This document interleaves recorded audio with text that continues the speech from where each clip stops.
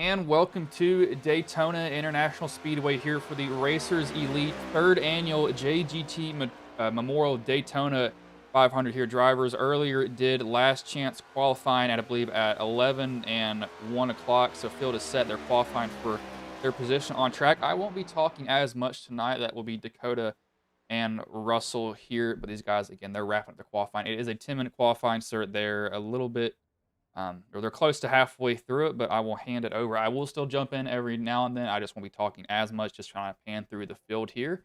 The floor is yours, guys. Alrighty, folks, welcome back. As we said, it's getting ready to be 7 o'clock, and we're about to do a full length Daytona 500 race here. Two heat races and a last chance qualifier, and we finally have our final 40 drivers for this evening. And Russ, after the first few races, what are you expecting today?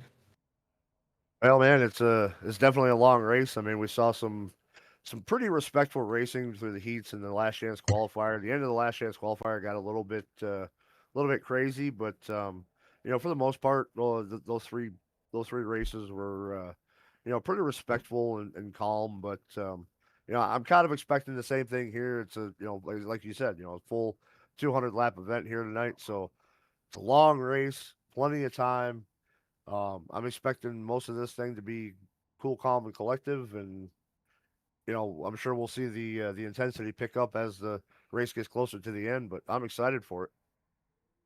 Yeah, I got a feeling with the prize pool on the line, I believe the top five drivers are making money tonight. So, I mean, it's going to be interesting here. As we got a couple different teams. I believe some of Mars. We got PGR, I think it is, and Racers Elite, obviously. And I could try to think of the other one here. Dega I can't. Pros, I think, is in the Dega, house. yeah, we got Dega Pros, a few other teams. Regardless, we got some very, very good super speedway racers today. A lot of people that are used to running events like this, and a couple of regulars that you see here typically on Racers Elite. And we're still under qualifying. I believe about 4 minutes left to go here. And currently on the pole, we have Joshua, that I believe was the one we got told to watch out for because he is very fast, but not as necessarily patient as his uncle and Cousin. the Yep. rest cousin, his uncle and cousin, the rest of his family there, as they're all qualified in for this race today as they finished 1, 2, 3, and I believe he hit one. Yeah, I was say I think Josh was the winner of Heat Race One. All three of them were the top three. I think Josh, and then his uncle and or his dad and cousin or uncle and cousin, something like that. All three family members finished top three of that first heat there. So Yeah, I definitely going to be believe guys to keep an eye Christopher, on there. Josh, and I'm trying to think of the third one. There it is, Kenneth. There we go. But the other two have yet to qualify, so we'll have to see if they're able to get up there with Joshua. But Terry Fennell taking over second place at the moment. We got Chase, Mistretta in third, Ryan Ward fourth, and Blake Cannon just get over to fifth place in that 44 machine. It looks like we're on board with Jonathan Stidham, who's qualifying at 10th, put him 14th at the moment. Yes, I just kind of going through this field here, and you know, we're Racers Elite family here, and it's good to see so many drivers from the Racers Elite family making their way into or being able to qualify their way in here to this main event. See how they're able to fare against some of these guys who run these money type races on a regular basis. Yeah, and a couple of these guys, having to do two, not one, but two 60 lap races to make it in today with the last chance qualifier. And he involved in a few incidents. Timothy Osborne involved in some incidents. Leave Cody Benelli having a rough run in his heat race and last chance qualifier, able to squeak in. Let's say Kirby Wainscott, he had a Kirby really Wainscott eventful as last well. chance qualifier there. Caught up And in like two wrecks and a couple of wall slaps and still brought it home in P5. So and that 69 machine of Charlie, I believe, who ended up winning the LCQ, or almost winning the LCQ, but had a pretty rough go over to himself there, and he won and was able to recover and pretty dominant, during the last chance qualifier. So looking for him to make his way up towards the front as well. There's so many names here we could go over, but there's really no point. Everyone in here is high quality drivers, and I'm expecting some good side by side, even 3 wide action here. So, but once the aggression does go up, it is going to be a very rough run of it for these drivers. Yeah, 100%. You know, like we mentioned, you know, there's definitely a good chunk of money on the line. If I'm not mistaken, here we've got. Let me see. I Winner think of this first place race gets is gonna. 500. Well, that would have been on 80 entries. We had 60 entries, so the winner of this race is going to bring home $375. Second place at 225. Third at 100, or third, fourth, and fifth are going to bring home 112.50. And there's also going to be a random drawing for a $75 giveaway to one of the lucky drivers here that doesn't cash from the top five. Yeah, and the way that works is anyone that doesn't get a prize pull, so basically from what is it, fifth back, gets Yeah, thrown on six a on back. wheel. Yep, Their number gets thrown on a wheel, and if the wheel lands on their number, they get the prize here. So it could be anyone. You could finish dead last and still get a prize. I mean, absolutely, absolutely. You get a prize, and you get a prize, and you get a prize. Andrew right here trying to sound like Oprah, and I do want to point out Andrew Teft, who did not qualify in the last time, actually making his way into this race this time, so he's actually going to be able to race the feature.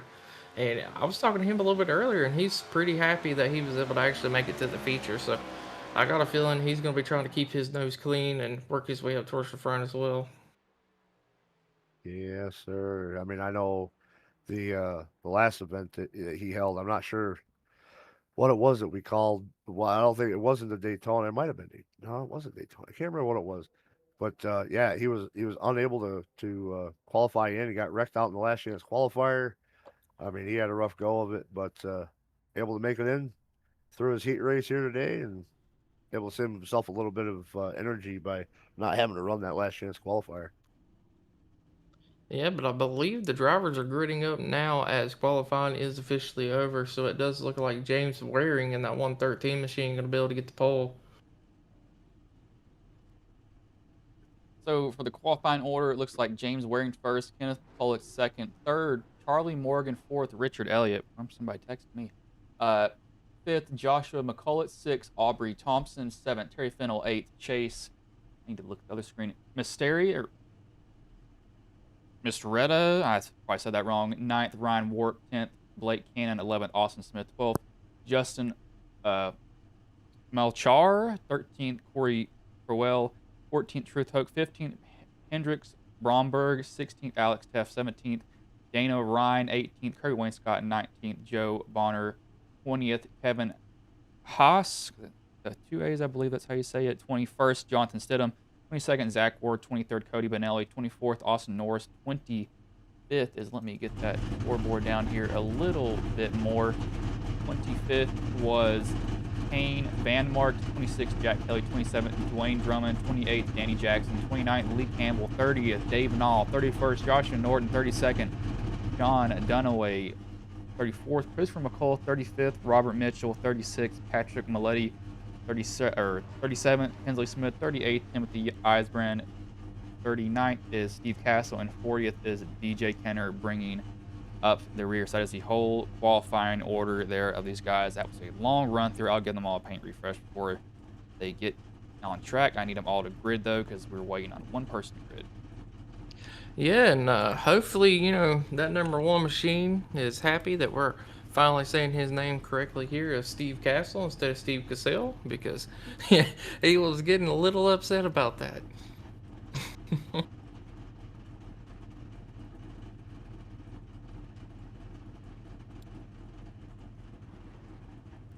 It looks like the front is rolling off already here, but I think DJ Kenner yet to grid.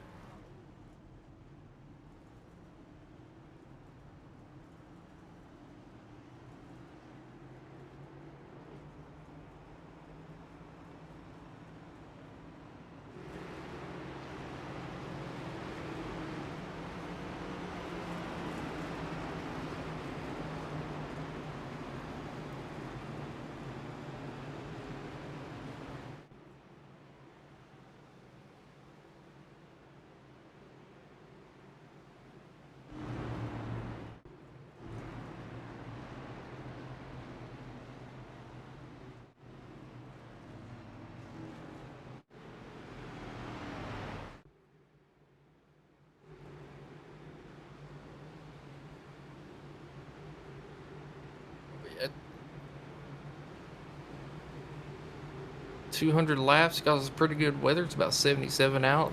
Slow amount of wind, about 2 mile an hour to the west. Track temp only about 86. So, and moderately high usage over practice, a 65% track usage. Not that it's going to matter. It's a super speedway, but I mean, should be relatively easy. Shouldn't be a lot of people getting loose unless we have some bad pushes here or anything.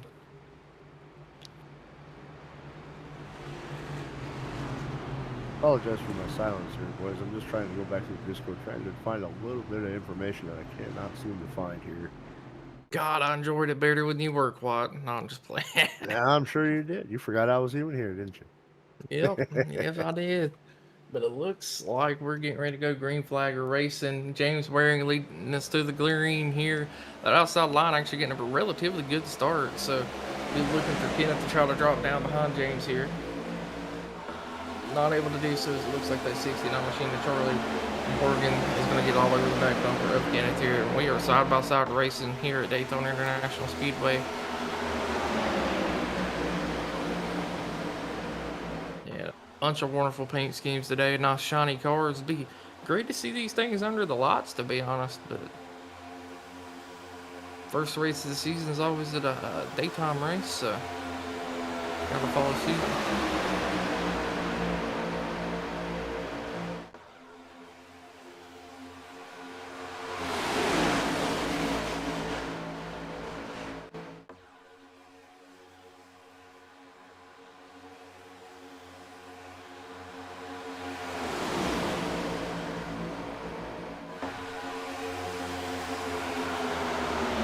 I got a feeling about the top 4 or 5 on the outside will try to get down to the bottom as we done seen 3 drop down, and then everyone's going to kind of spread out and relax as it's a very long race, and you're not going to win it on lap 1 here.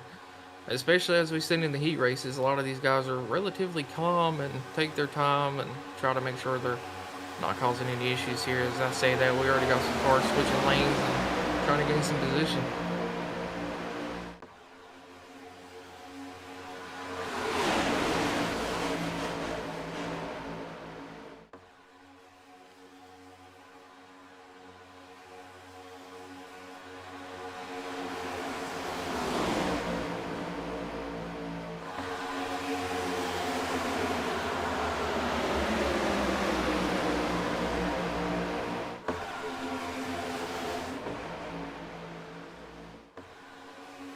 And you could lose the draft, potentially go a lap down or anything. It really is going to depend on how clean these guys want to be and how long we're going to have a green flag run here. But, I mean, typically being in the back, you are right, especially in official lobbies, is the best place to be, as, you know, typically up front they're racing so hard they don't care, they're making dumb moves and they end up breaking. But we've really seen a lot of patience shown today, which is not typical for super speedways. That's been one of the things that I've been kind of impressed with all day long is just the patience and awareness and courtesy that a lot of these guys have had, and looking like so far we're going to be seeing that in this race too. Like I said, long race, so lots of time for you can make friends or you can make enemies.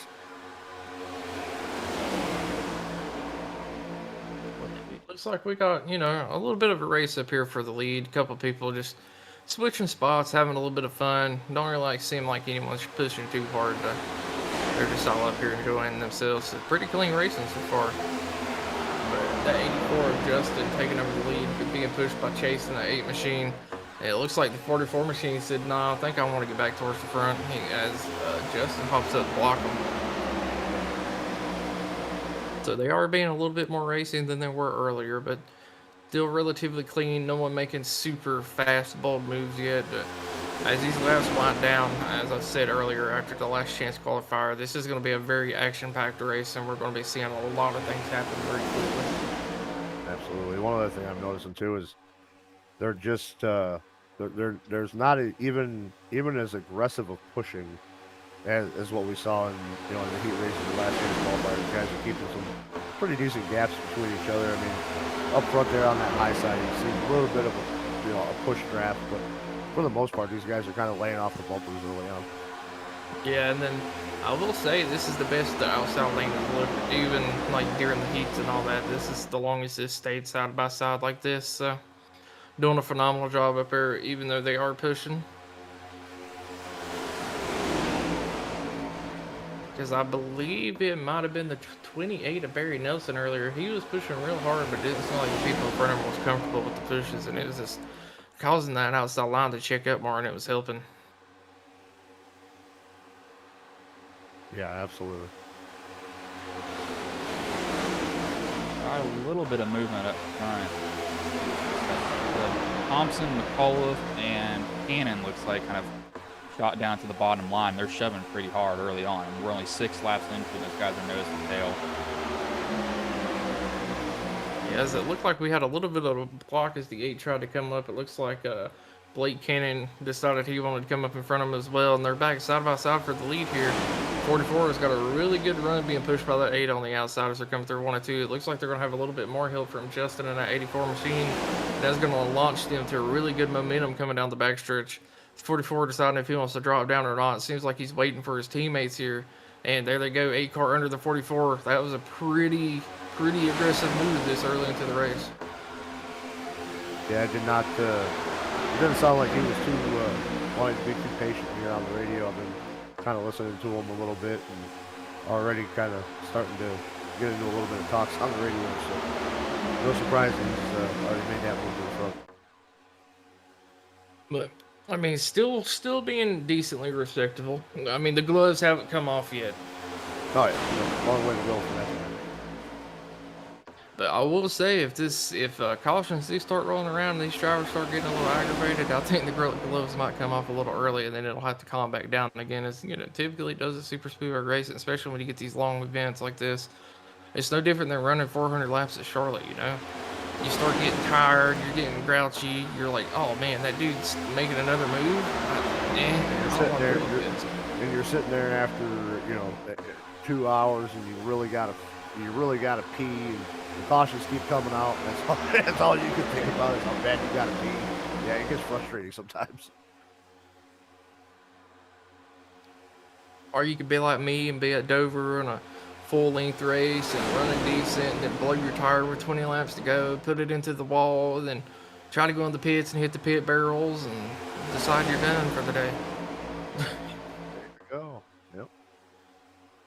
As we have another really good charge from that outside line. It looks like 8's going to drop down. 44 opts to stay up there, as he seems like he really wants to be at the point right now. I keep getting confused every time I take a look at that 44 car because he's got the exact same number pattern as one of my teammates. I keep thinking he's the one that's out there, but I know that paint scheme is not his, so it kind of confuses me every time I look at that guy. Yeah, and I need to try to get YouTube chat pulled up because we're typically very good about looking. So let me...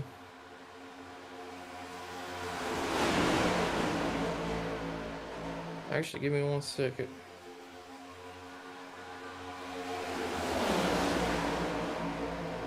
We're starting to get 3 wide here back in the middle of the pack. Just a little bit there. You see Kensley Smith kind of stuck right there in the middle. The guy that said he needs to maybe start qualifying for these events and decided to not qualify for this one, taking the charge from the pack to the front.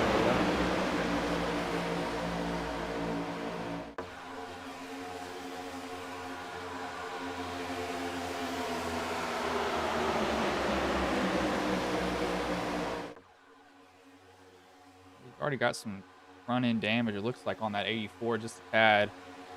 Kind of been hitting that 8 front end pretty hard, just probably get him up there a little bit more. He just wants to get him further out there. I don't like how close these guys are, though. They are nose to tail shoving. I mean, it's super early. I feel like you just lay off a lot more than what you're actually going at this moment.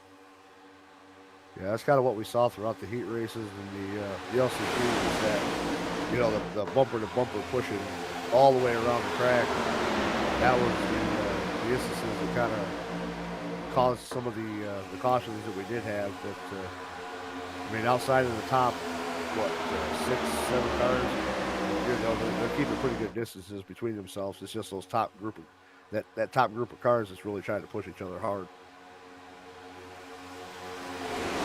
Man, that was a tight squeeze there for the 8 and the 84 getting down to the bottom.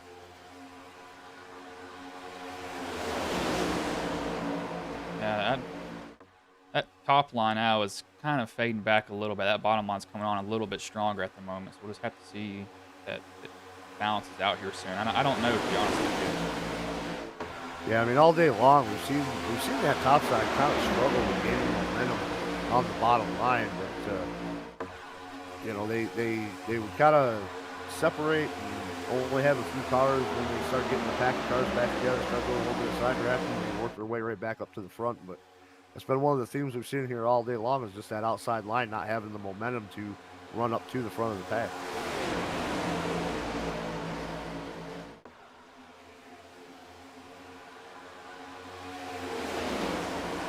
See up there on that top side where you got the 44 of Blake Cannon and Truth Hogan, the 55, leading out there in front of Alex Teft and Kirby Wainscott.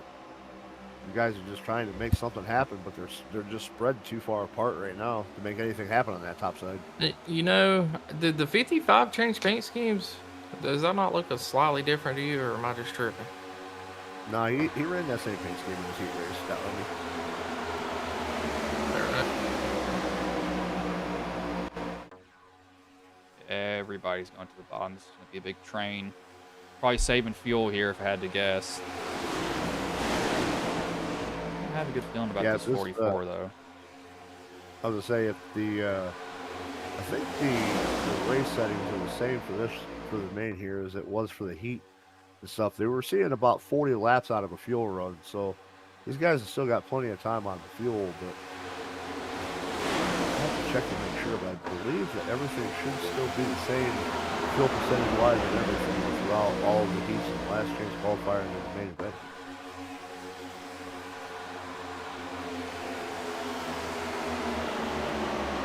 This 44 is about to wreck somebody. He's moving around. He started dropping back quickly, but he's moving around a lot. You can really start to see some like paint stuff on the front of these Fords, especially. Looks like they've been bumping pretty hard.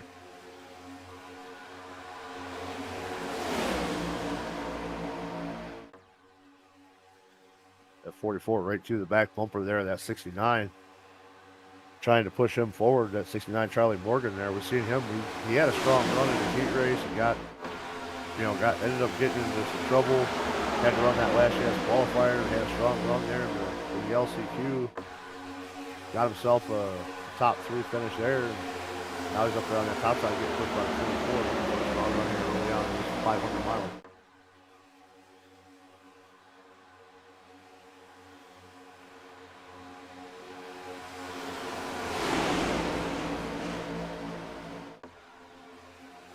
A lot of these guys going high line though.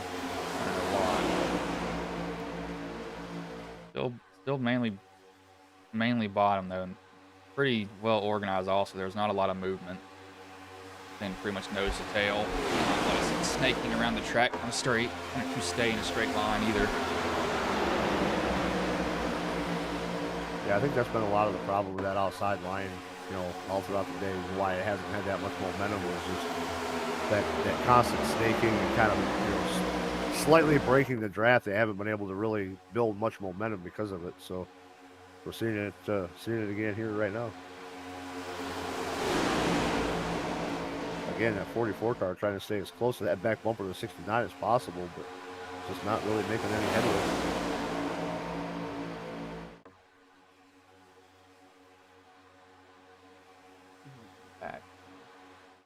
Oh, Robert and Timothy Eisburn. I don't know if it doesn't look like that is planned.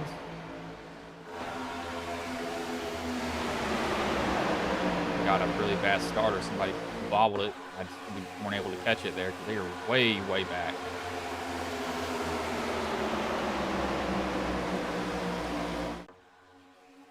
I would say maybe they just know something that we don't. They don't want to be anywhere near this field. And that is a possibility. It's just like, hey, I don't really want to be up there. I've seen guys do that before. Where they just completely bail there. It's like, nope, I'm just gonna, let these guys go on, wreck themselves, and out the front. Literally, as soon as I say that, I said the same thing happened to him now as what happened to him in the heat race. A bump gone bad, and down he goes.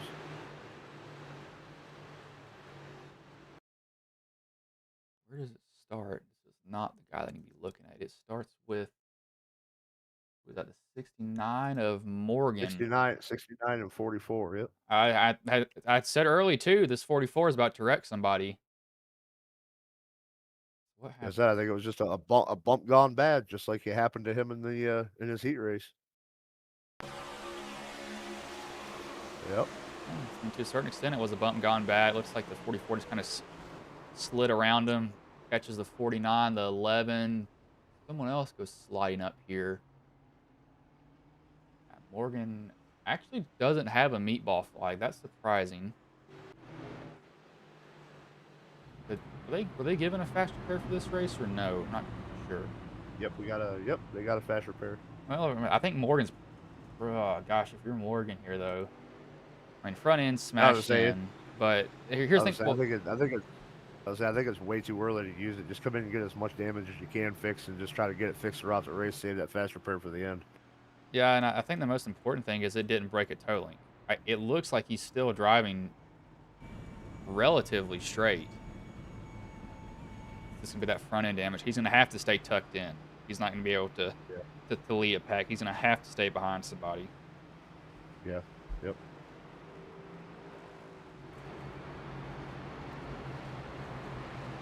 Pulling first caution. What? Race data. We are 19 laps in. They lasted a decent amount of time. Not like it was just an immediate caution. Yeah, it's about how it was in the heats. I think the first heat we got Right 40 around 20 laps. laps. Second heat we got about 20, and I think the LCQ we got about 20. But I'm expecting most of these drivers come in at least top off on fuel because they're about halfway out of fuel at the moment. I'm interested to see what damage Morgan gets fixed if he doesn't take his fast repair, which I don't think he will. Most of those guys, I think we only have. The only person that got a meatball was Patrick. I think he's got a broken toe link. He's still going relatively straight, though.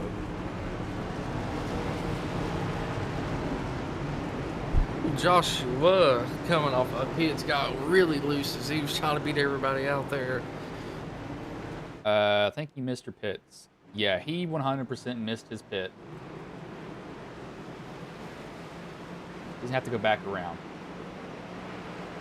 What? Pick on Charlie. Did he?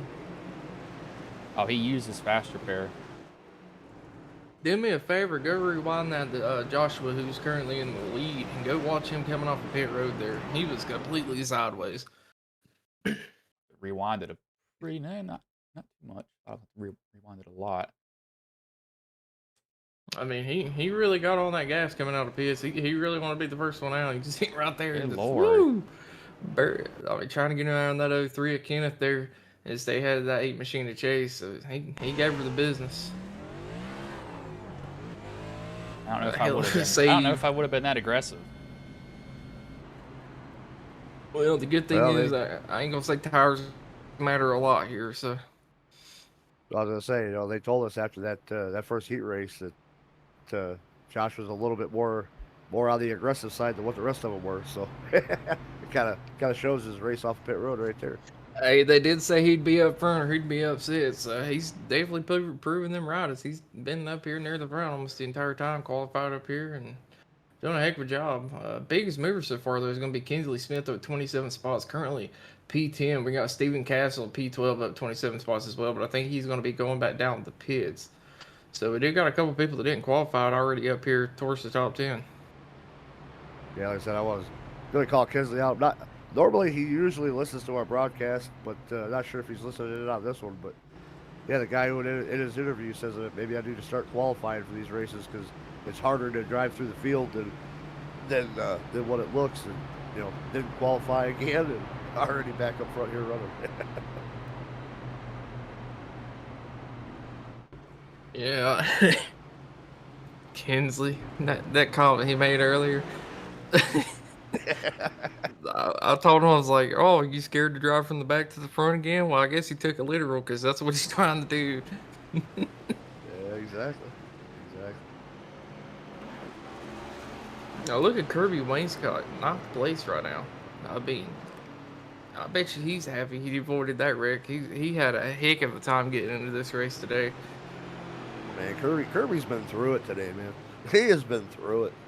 I will say that 69, I feel bad for him because I do believe Kirby did wreck him in the first heat, but he's been involved in a lot of incidents as well and had a pretty hard go of it here. So I'm hoping he's able to get back, make his way back up towards the front.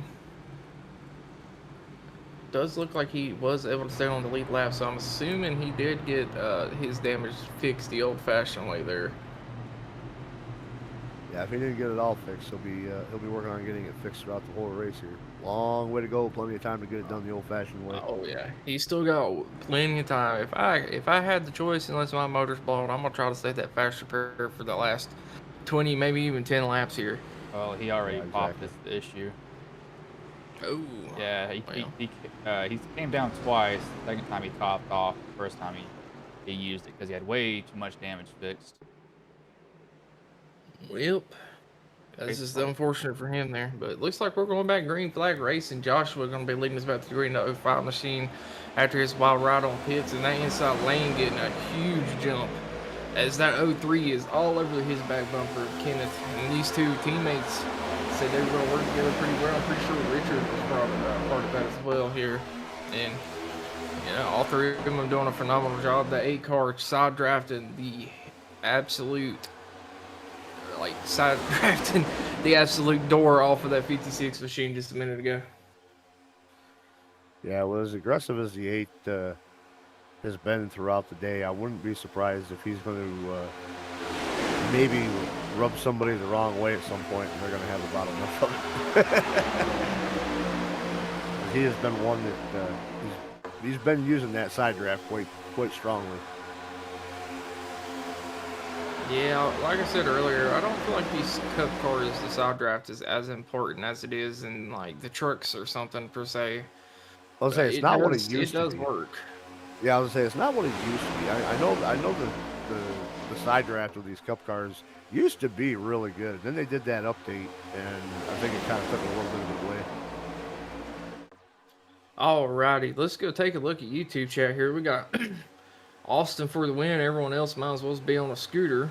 That's an interesting one. I like that. 57 car on top, can't be stopped. We got a Let's Go Corey. Corey's going to lose. Let's Go LNG Power Sport, number 22, 24, and 44. Man, I'm cranked up for tonight. This is going to be awesome.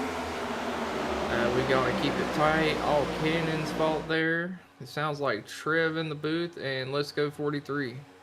Actually looking, now you talk about that, I'm looking on YouTube. I just searched up Racers Elite. Looks like we got 3 guys that are streaming the race from their point of view. Dunaway is 1, Lee Campbell is 1, and who's the other person who's got one of them?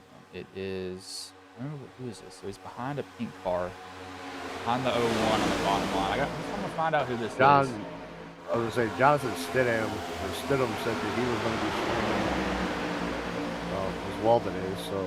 This is 01 Hello Kitty car. Talk about the 14 of Danny Jackson. Yeah, it's Stidham, that's who it is. Oh, interesting. 42, yeah. Yeah, Stidham's got Charlie Morgan. I was saying Charlie Morgan in the 69 is also streaming his race, so anybody watching his stream would have got a POV view of that wreck he was in.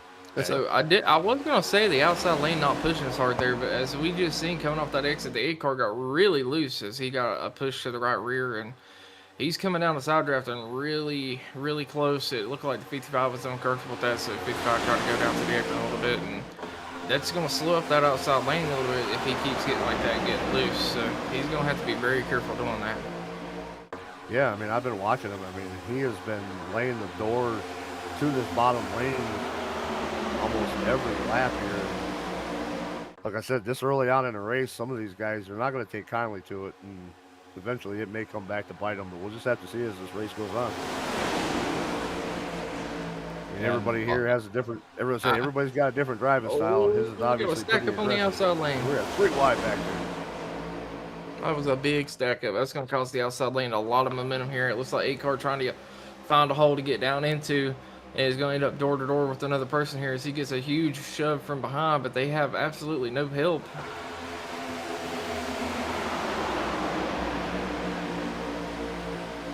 Somebody got checked up on that outside line that calls it up. I'm not sure who it was, but somebody definitely got like loose or they got pushed wrong. Oh, that was almost close. Waring could have turned the 84 in front of him. He was offset perfectly to spin him out, but luckily he realized it last second and bailed out of that because that was going to end up horribly. But I know I saw Alex step there in that 43 go out there by the wall and fall straight to the back. So I'm not sure if he was the one that you saw or if he was just one that saw everything that was happening and said, I'm out. Now, guys, I know most of y'all are watching this broadcast. Keep in mind, you know, it's only lap 27. We don't have to go all out right this minute. You're going to have plenty of time to work your way back up through this field. As you see that huge run coming on the outside as they are all bumper to bumper here. The 84, the 113, these guys are gonna wreck each other for a minute. They're gonna get to a point where they're gonna end up costing something. I think they're just pushing themselves so hard. And it's not like you get bonus money. Not like you get bonus money for leading a lap or leading the most laps, just for winning the race. I will say, you know, these drivers do this all the time, but mistakes do happen. So that's why you see some people that are very aggressive and some people that aren't. I mean, that's just the typical racing style throughout the different money races and stuff that they do here. Yeah, absolutely. And as I say, you know, each driver has a different driving style, and apparently, you know, these top few guys, their driving style is aggressive from the get-go. Hey, there's nothing wrong with that as long as we can keep it clean. That's it. That's exactly it. I mean, you don't still link up bumper to bumper. Oh, there they go. Oh gosh. And that's the case of that side draft being used just a tad bit too much there. Got some guys way down there on the apron. That may be them bailing out. Looks like possibly. We're 3 wide behind them. I believe that was the 14 machine of Danny Jackson. Someone just got up in the wall. They're 3 wide behind them, 3 wide in front of them here. If we can pan back to that right quick. We're having a lot of movement back here, a lot of issues. It's almost a turn the trial. That was close to being turned. Yeah, I was just going to say, I'm watching these guys here. Kirby Lane Scott, the 44 and the 49. We're 3 wide for a while, and Kirby almost got shoved down to the apron right there. And I'm sure after that last chance qualifier, he's having no part of that. Yeah, I got a feeling we're about to see a few people dropping to the back. I mean, 54 kind of got shuffled out of line there of Hendricks. He's dropping back very quickly here, and I mean, honestly, might be a little bit beneficial to him here.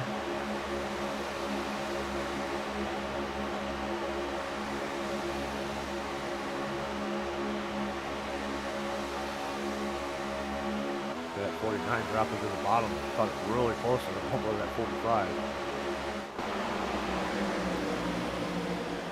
I'll tell you what, this 44 coming here on the outside, I mean, he had to go to the back of the field for causing that first caution. He's already working his way back up here towards the front. So he's going to give that bumper there to the 84.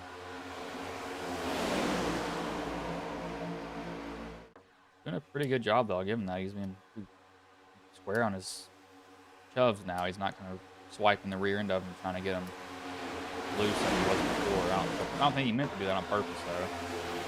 Oh, yeah. No, for sure. But mistakes do happen, and it's just very detrimental at this type of track when you're going 190 plus mile an hour. It does look like we had another checkup on the inside lane.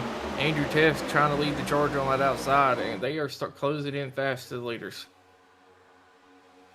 Andrew made that jump up there in front of that 84, saw that outside coming, and said, I might as well go ahead and lead this outside charge. Oh, there they go. Uh-oh, right in front of the field. Here's the big one. Go take a look and see what happened. A lot of guys able to avoid that, it looks like. Still that's quite a few. Oh, the 49 going to plow the outside wall late. Wow.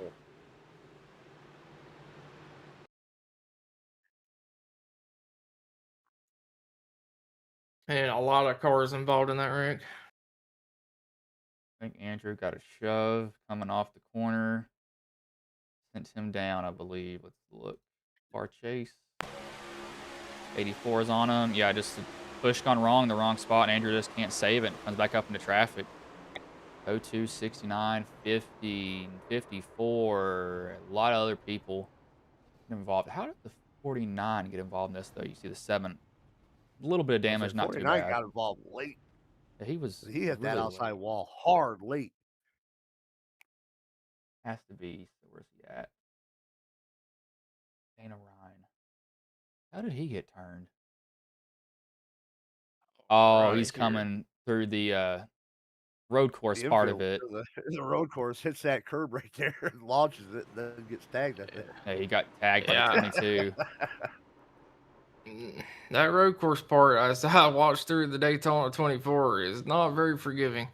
Them, Nope. them bumps right there. Yeah, I don't think this 22. Who's that? No, that wasn't the 22. Who hit him after this? It was a 23, I think. No, it says 22 Oh, the other, Bonner. the, So it's the the fake wrong. 22. Yeah, fake 22. So let me get. I guarantee you, he probably. Yeah, Joe Bonner. I guarantee he probably could not see him. Cockpit view. Oh yeah, he can't see him. The pillar is blocking his view. It looks like. Yeah. Yeah, he Looks like he the Yeah, it was 84 is coming going to out be of getting a nowhere. EOL Yep. here. he literally cannot see that 49 at all. The pillar is completely blocking his view. That is not his fault.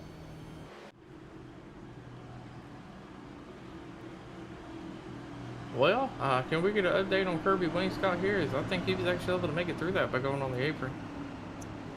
Yeah, he got through there, I believe, pretty well on his skates, still running inside the top 10 there. Yeah, and this just goes to show, like, you know, bad pushes. I mean, not only can it ruin your races, it ruins someone else's race. So it's Yeah, I mean, that's one. very too soon to be this aggressive.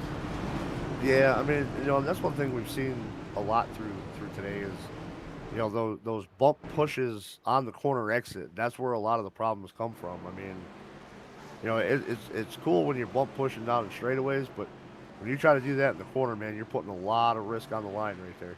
Yeah, And you that's got to be exactly what very happened right centered on there. someone's bumper going through the corner. But if you're And you just got off to know center that at they got all, the skill to take it. yep. And I mean, if you bump too hard, sometimes it just lifts the ass end of the car up, and you can't do nothing at that point, you know? Yeah, exactly. Timothy Osborne coming out to the lead here. Oh, never mind. My SDK lied to me. Ah.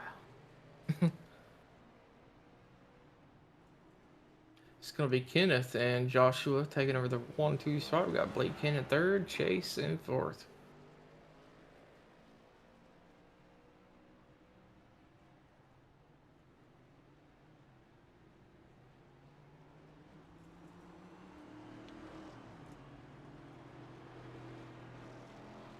I've got some. Let's see who's cold. Some guys, yeah, this is what I'd be doing. I'd be sitting in pit road as long as you can to get your damage fixed.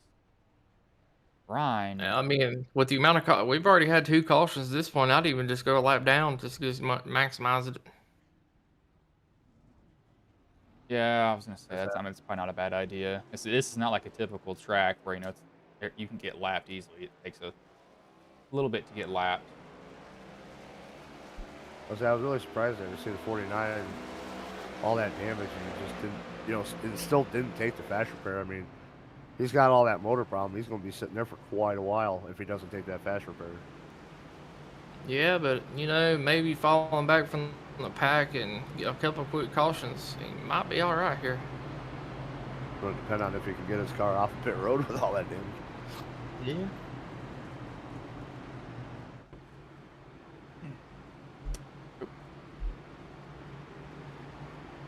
Well, we're finally re-racked and stacked here, and I'm assuming the pace lights are off on the pace truck, so we should be going green at the start of lap 36 here. Still a good 100 and what, about 65 laps left? Yep, Let me long way to go. see. Details. 155 or 165, 166 around in there. 164 when they take the green. All right, so I mean, 164 laps, still a long ways to go. I mean, we got about 4 hours allowed for this, or almost 5 hours allowed for this race, as it typically takes a good, what, 3.5, maybe 4 hours? Probably 2, or closer to 3, maybe 3.5 hours. Yeah, I was just gonna Eh, say, depending on the cautions, I mean, yeah, I feel like, maybe right around probably the 3 hour mark, but it just Well, depends. with that being the second wreck caused by a bad push, I'm starting to wonder if these guys are going to be like, hey, maybe we should back it down just a tad bit or not. Or if we're going to keep trying to see some very aggressive pushing up here towards the front. Yeah, I mean, never know what goes on in the mind of a driver. We'll All just have to right. wait and see. Bud, you want to bring us back to the green this time? Sure, pace truck is off. The McCullough family there leading this front row, going to bring it back to green inside the Geico restart zone, and we are back to green flag racing with Kenneth McCullough Jr. bringing us to the flag. He's going to take off on that top side, bring us right down to the bottom. One of his family members. Yeah, it looks A little like bit the of a gap third there. one. Better drag brake just a little bit, or else the old 5 there, Josh, is going to get a run on. And it looks like their other teammate currently got a little bit of damage in that 04 machine of Christopher. Potentially looking to get a lap back and get his damage fixed to get back up there with them. Top 3 breakaway. Look at who's running in P4. And number 10, Kirby Wayne Scott. Oh, there they Oh, go! go around. Actually saved it with the wreck behind him. Oh, was that another bad push? It looks like it. Oh, no. That looks like Truth Hope getting into the back of the 8 car, getting him really upset there.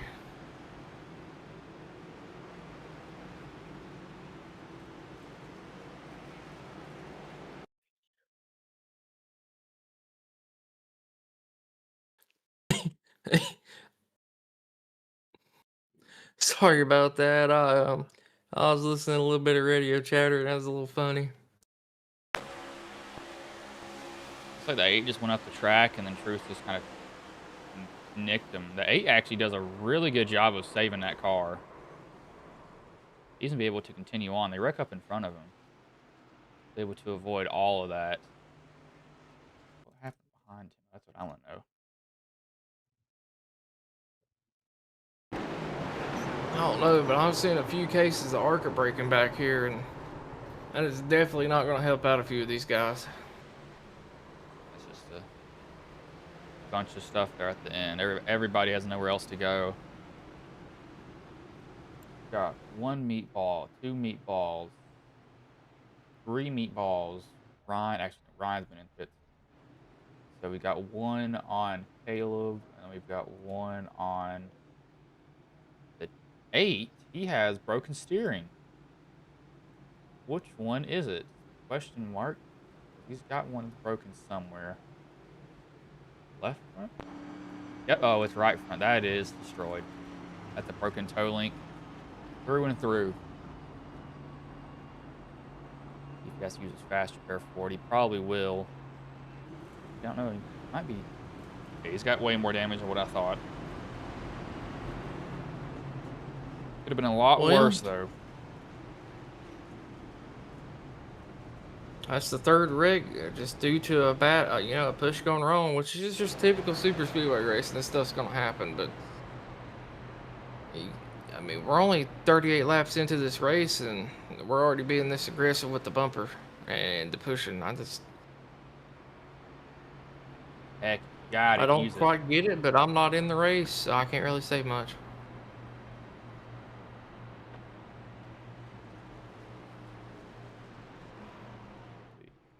Pull the power back up.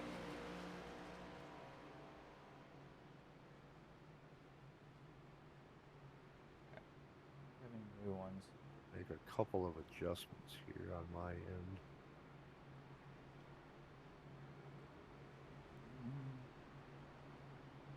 Is it too soon to go jump down there and bully Truth a little bit?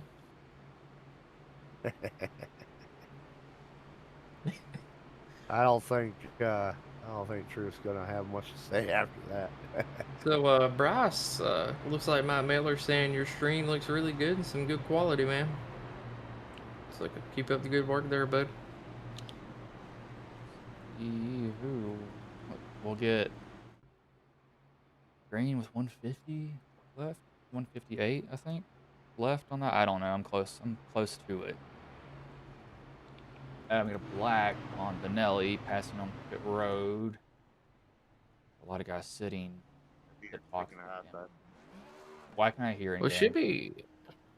be going green with about 160 laps left, I think. Yeah, I just got a leader taking the high side. I don't know why I can hear in game. I have that turned off completely. I didn't even hear that. That's absolutely crazy.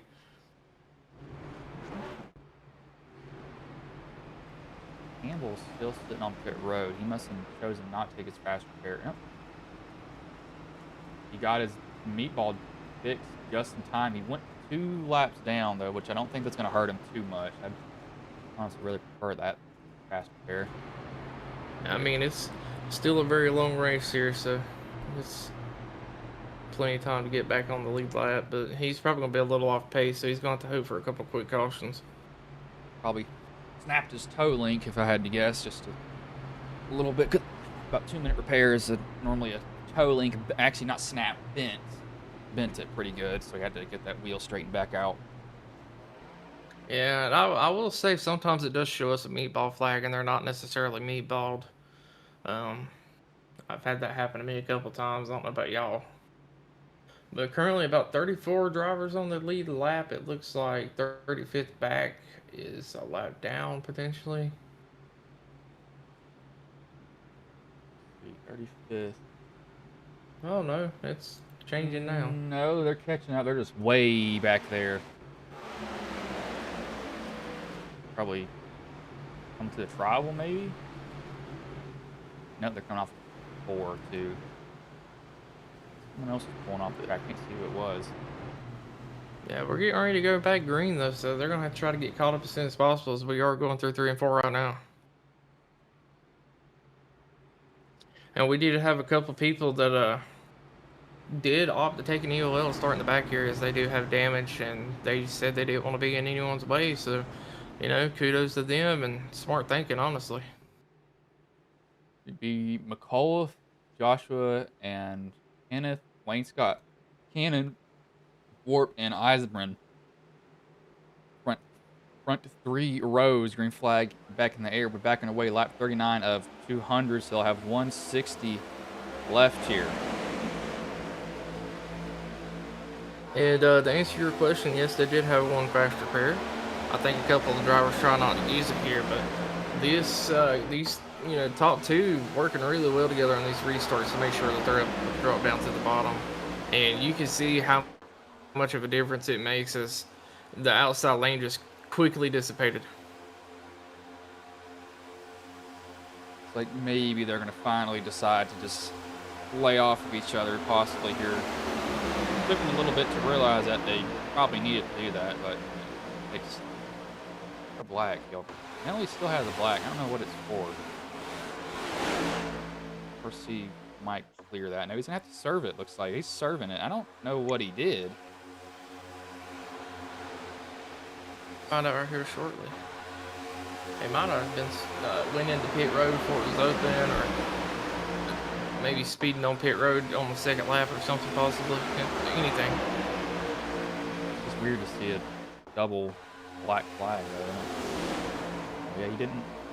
Yeah, so I'm just getting word he had a double black flag, one for entering a closed pit and one for passing under yellow.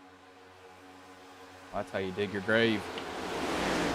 That's unfortunate for him, but it looks like Ron Ward trying to lead that outside lane, and these guys kind of relaxed up there, taking their time now, so hopefully we're able to get a few green flag laps in here. I keep hearing guys out there on the track complaining about pushing through the corners, and that's what we were just, we were talking about, that aggressive pushing through the corners, and guys are telling other guys, don't push in the corners. Oh, the 22 goes around. No caution yet. 22 on the scoreboard. I can't even That was find the 53. Might be the 53. Hold on, it showed me it was the 53. Yeah, it's the fake 22. We got a couple of fakes fake numbers in Oh, here. he just came down. He came down right in front of Alex there. Alex is not the wrong. He actually does a pretty good job of saving it. Honestly, probably could have kept it going. Just ended up locking it down probably so he didn't spin it to anybody else. He's going to be way off pace now. And he stopped in the apron. Not get it started? Yeah, It he's looks like he's saying it having a little bit of wasn't issues started. getting the car started, but he's trying to get it going now. And we're single file They out for the most part up here, at least through the top 10, maybe even 15 or so. So things kind of relaxed and possibly looking for a long green flag run here. I say I know that 53 just kind of just received a warning there from race control about it. About sitting down there like that, and he said couldn't get it started. Yeah, and that can happen on because I mean, even the way I map my ignition and starter, they're buttons that are right above each other. Sometimes when you're trying to rush to get the car started, you just hit the wrong one and you'll cut like, the whole car off by accident. So I've done that before. Yeah. Yep. Yeah, I don't have no buttons made for that. I just let the car auto start and all that, so I don't have to worry about that problem. It's very annoying when you're in the middle of a race and that happens. Well, the only reason I have it is for fuel saving. Yeah. Yeah. Yep. Which I think I it's didn't. a lot harder to feel safe than it used to be. You have to actually be like what, under the pace speed or something now in these cars. I don't know. Cut the car off. Heck, it's been probably 3 months since I ran, so maybe they did update it where you had to do that. Yeah, I know before you could go almost full speed through the corner, push the clutch in, cut the car off, let the clutch out, and then just fucking cut the car back on, and it wouldn't even kick sideways, nothing. It would just go right back like you was on the gas. Now everybody's at that bottom. I think they realize, hey, we're not even halfway. We're not even the 25th of a way done with this race. Let's just get all the way to the bottom. Just ride. I think that's what they've realized now. Maybe we can get a chance to see some green flag pit stops for the first time today, and I think the fuel mileage is about 40 or so laps here, so if they get a green flag stop and they kind of get spread out a little bit, this race is going to go green for a pretty good while here. Yeah, if we can get a green flag pit stop in this, field might start to separate a little bit, and then that's where we really get those long green flag runs in. Get like 2 or 3 different packs of cars, and ends up being a little bit of a smoother ride.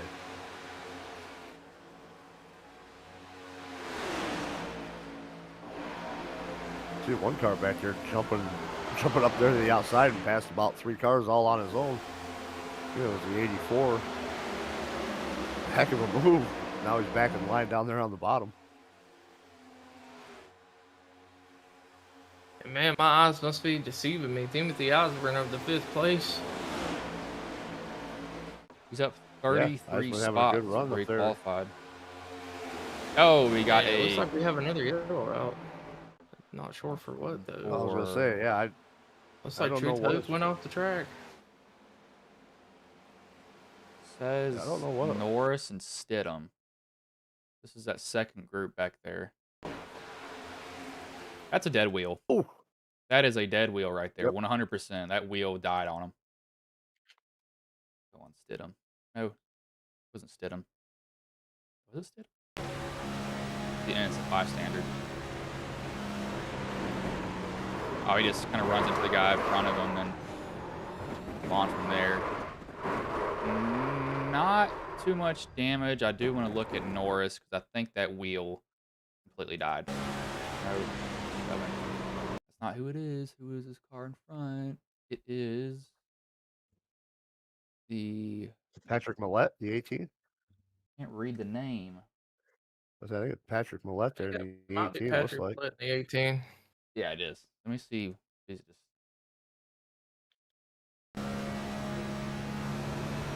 Nope. Just get. Honestly, Oh, he got loose. Well, if I think Bad his push. tires got picked up off the ground because it picked up RPMs really quickly. Yeah, I was say he's just Oh, off yep. the bumper of truth. Yeah. Yeah, it looks like Hold Truth on. got a push from behind. So here's why that happened. Look at his bumper. You can get like a. His bumper is not straight. It's got a huge dent in it. Yep. So Truth can't shove it straight like he normally does, and just picks up the rear end on accident. Yeah, and it probably don't help they had a 3-car tandem going there as well, so it's really hard for Truth to check up. But regardless, I mean, it seems the story of the day is just bad pushes. It's just Yeah. unfortunate. Yep. We had some pretty good runs of it early in these heats and stuff like that, but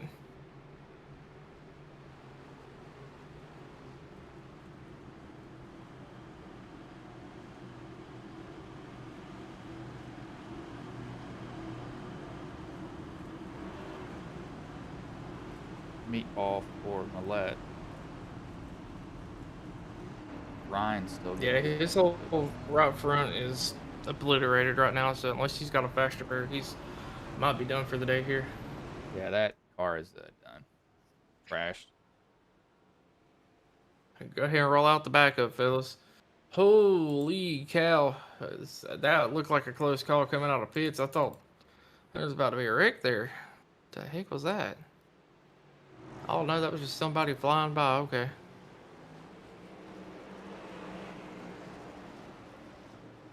Well, right now it's the McCullough show. Is these two up here just been doing a phenomenal job working together, keeping their cars up front. And if the trend continues, they're going to be the ones to beat today. Yeah, absolutely. I mean, that's exactly what we saw in their heat race, and they said that was the plan, try to get together again and make it happen here in the feature, and that's what they're doing. Yeah, so far she's been working out phenomenally here. And Christopher, who I believe was a lap down earlier, all the way up to 6, so he's catching up to them. They're about to have a 4-car team up here. I was saying I'm just going to put this out here that these guys have been warned by race control about the excessive pushing. So Yep, we'll see how because they take this. I believe it's the EOL, a black flag, and then you're just disqualified from the race after that. So, I mean, I know these guys are going to have to kind of be a little more on the safe side here. Yeah, Safe and racing don't go together. They're approaching the 50 lap mark here, quarter of the way through. Still got a long way to go, boys.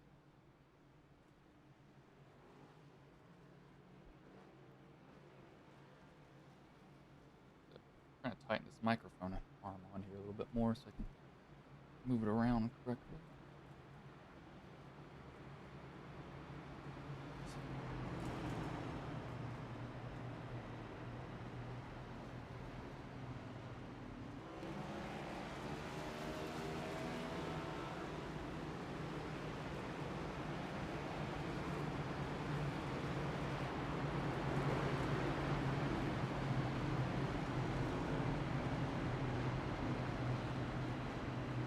All right, fellas, I'll be right back right here in a minute.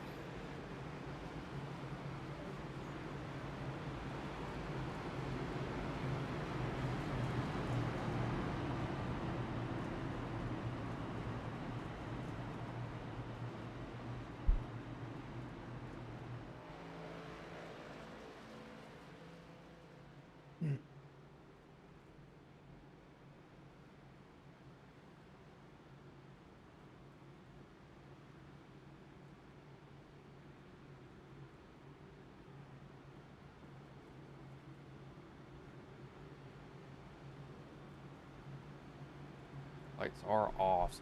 Coliff, Thompson, Cannon, McCullough, and Wayne Scott. Front 3 rows.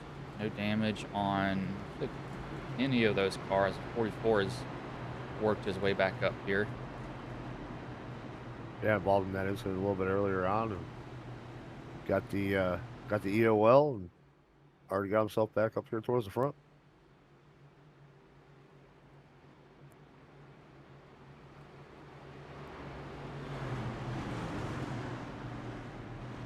The McCullough family of racers has been the ones showing the way here for the most part all race long so far. So we'll see if they can keep this up.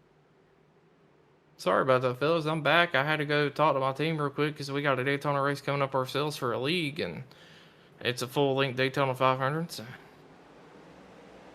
The green flag is back in the air. It's Josh McCullough gets the jump, goes straight down to the bottom in front of Kenneth, and Kenneth will be in front of Blake Cannon. The bottom lane checked up just a little bit there on that initial start. And had a little bit of a chain reaction thing happen. And we got it all sorted out, though. See if they all go back down to the bottom or if they stay too wide. I don't know if I'd stay too wide if I were them. It's just not gone very well for them at all. They're moving around a lot, though. I would say the 84 and the 98 really moving around a lot right there. Again, the 04 now right there glued to the back bumper of that 56 on the outside.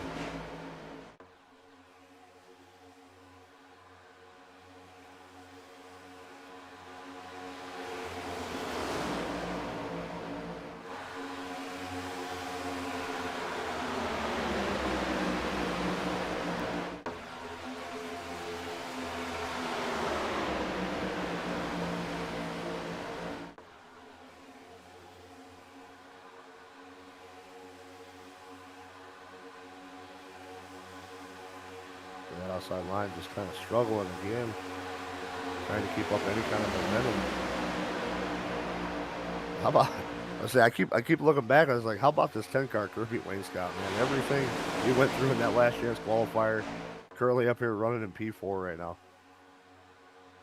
Yeah, and he's definitely taken advantage of this. He's been able to avoid a lot of the wrecks being up there, but everyone's pretty spaced out for the most part, except for I believe the two cars up there on the top side.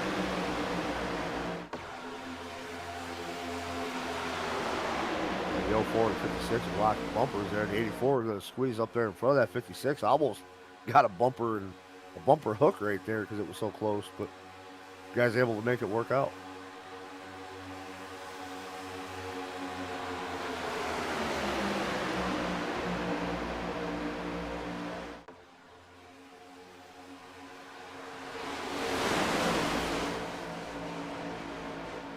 Keep it straight like this. Get a little bit aggressive.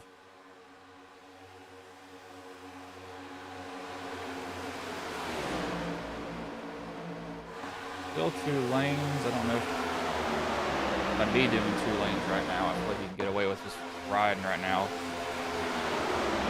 Okay, outside getting really aggressive again with the bumpers and with the side draft. And now somebody got shot out. Is that Andrew?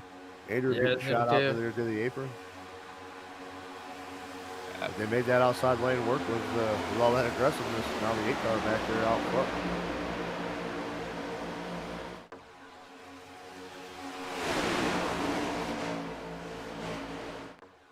Four has been shoving him pretty hard, getting right up on his bumper, giving him a pretty good push. So he's not doing anything too aggressive on him.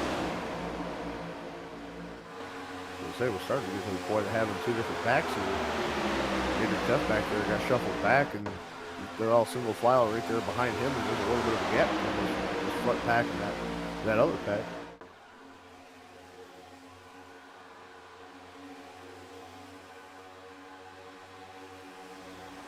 Probably got the pack of racers and the pack of waiters. Yeah, I'd be one of the waiters. I would not be up there. Oh, absolutely. We kind of just sitting there like, yeah, absolutely. Y'all do what you want to do. From what I've seen here, absolutely. If I was on the track and I've seen what I've seen so far in this race, yeah, I'd definitely be back there in the pack of waiters.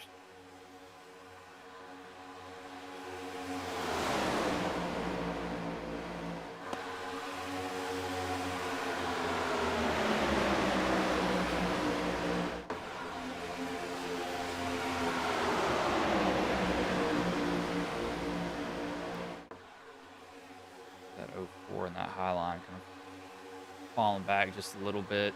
Bottom line's being a little iffy. The guys poking their noses out, seeing what they can get. So the pack's about to run up on a lap car here too, so we better get this bobbing and weaving figured out real quick, fast, and in a hurry. It looked like we had another checkup on the inside there as well. Kirby Wayne's got hard off of the gas as he almost ran into the back of somebody. Smith way up there on the top side.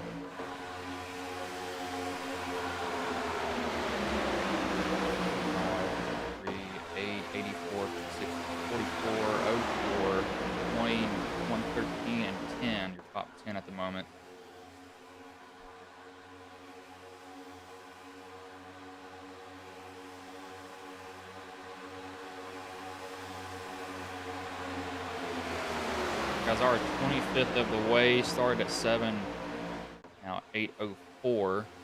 Is with 3 cautions, though, to keep that in mind. It takes about a minute to run a lap around, actually, sorry, 47 seconds to run a lap around Daytona here at 2-mile track.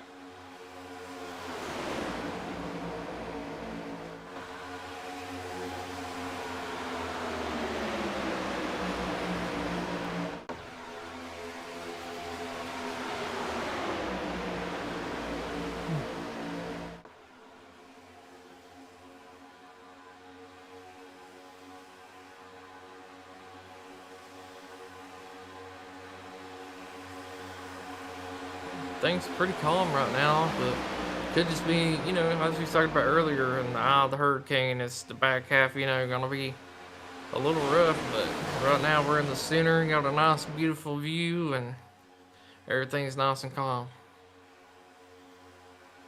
Yeah, so the top 8 down there running single file and 2 wide back from there, but not seeing quite as aggressive of pushing or bobbing the wheel. It looks like everybody's just kind of trying to run a little bit more under control here at this point. And I mean, like, these McCollum guys, they really haven't been pushing super hard like some of the other drivers on the outside, and they've been keeping it up front here, you know. So that goes to show you don't have to be so aggressive, and they're doing a wonderful job, like, proving that. Yeah, absolutely. I mean, they haven't been aggressive at all towards each other. There hasn't been really any kind of aggressive pushing or attempted side blocking, but they're just able to keep themselves in a really good draft pattern and making it work for them.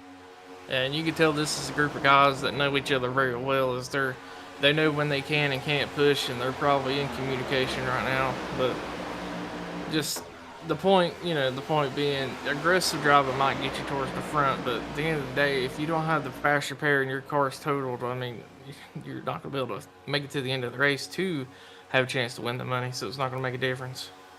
Exactly. You got to be there at the end to have the chance. Oh, looks like we had a little bit of issue towards the back on the inside. Someone got shuffled out there, but no incident, no wreck. They was able to get it straightened back up. Hold on, I heard tires, unless I'm hearing something. I guess I'm hearing stuff, 'cause I could have swore I heard somebody's tires go screeching. Yeah, I'm trying to look, see if anyone went off track. They might have got a little loose, but it looks like they were able to save it, so. Or SDK didn't pick it up, one of the two.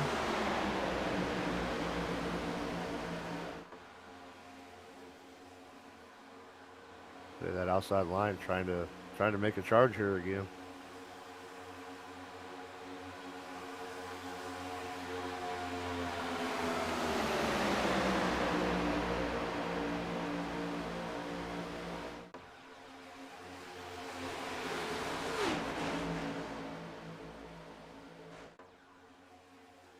Thinking about going 3 wide here. They're looking, 42 is kind of peaking, letting that car in front of him know that he wanted to maybe go 3 wide just for a second.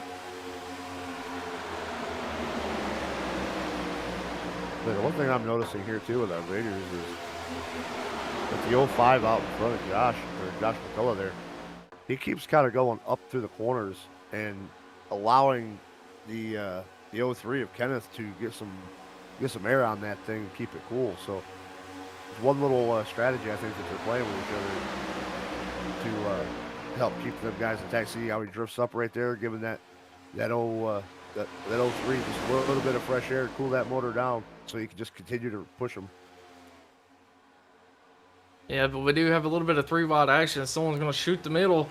Almost come up into the 42. Who is that? The number 23 machine of Austin Smith, almost getting into the left rear of the 42, sending him around back there.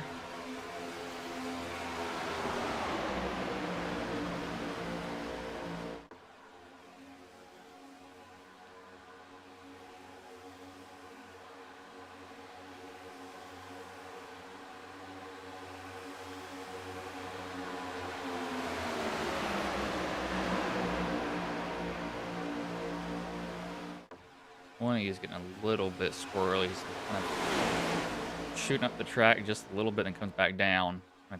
Maybe it might be through the corners though, so he possibly is okay. I don't know. It's kind of odd looking at it. Looks like we're coming up on another lap car of Charlie here, as he's still got quite a bit of damage. He'll probably stay out of the way easily. He won't get up in the way of these guys. Probably gonna stay high because he knows that that's where nobody is. Yeah, he'll stay out of the way to a certain extent, kind of running that middle line still. Actually, that high line's trying to get the draft off of, and that's why they're doing that. Yeah, I was gonna say, yeah, he's running up there on that high side. But the guys coming at him on the high side are just trying to catch his draft, try to help him, a little bit of a slingshot there. He should be able to drop down safely now and try to get a sniff of some drafts so he can quit losing as much time here.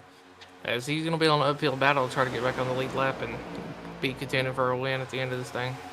And he didn't do it like I thought he would. He just kind of, he didn't, tuck in behind that.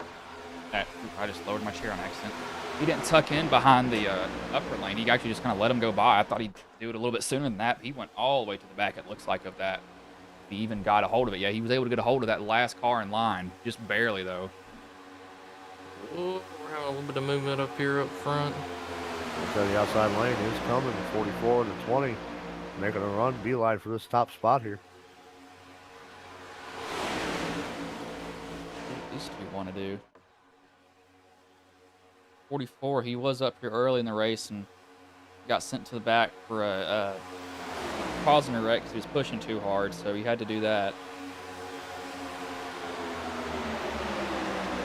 Yeah, it kind of looks like you said earlier that 20 car is just getting a little bit out of shape, so time to check up every now and again, but he's getting right back to the back bumper of that 44, so they did lose a little bit of momentum on that high side, but they're 44 coming down. It looked like everyone else is wanting to stay up about another lane there, and that threw the push on the outside lane all out of whack.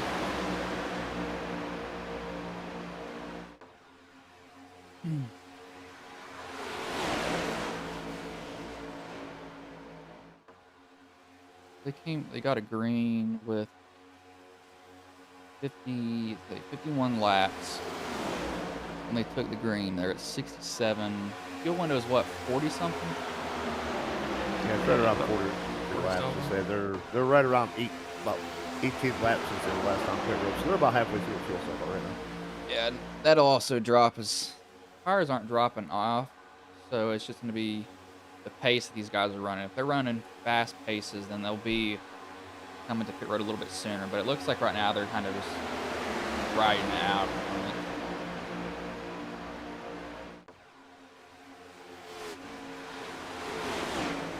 The guys are catching Kensley Smith again. Kensley still with significant damage on his car from the incident earlier on. That 44 just cut that so close. Coming down, I don't know who he came down in front of, but that was extremely close. He was asking to get turned there. That was Kirby Wainscott in that 10 machine. Yeah, he was right at it. You cannot cut that any closer, especially coming through the trial. That's even a worse spot to try to make that pass.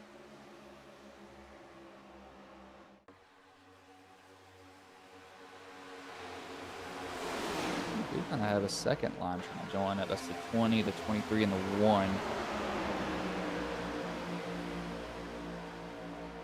Yeah, it just got the 44 kind of ditched that outside lane, fell down to the inside in front of Kirby there. So maybe the 44 looking for a little bit of a fuel saving draft, a little bit from spending all that time leading the outside lane. Yeah, this outside lane was going, and they immediately died. I don't know what happened. So now the 23 jumping down into the bottom side, leaving only the 3 cars up there on the top of the 20, the 1, and the 50. Now the 20 jumping down to the bottom. They're maybe just taking runs when they get them and seeing if they can get a quick spot, but it is just not working for them at all. They are not going anywhere with it. Could also just be a patience type of thing. Oh, that's talk about patience. Yeah, I was going to say the one self-cleared himself to the bottom across the nose of the 43 there. 43 did not like that. He is all over the back bumper of that one car now. Yeah, he's not too happy with them. That's pretty apparent there.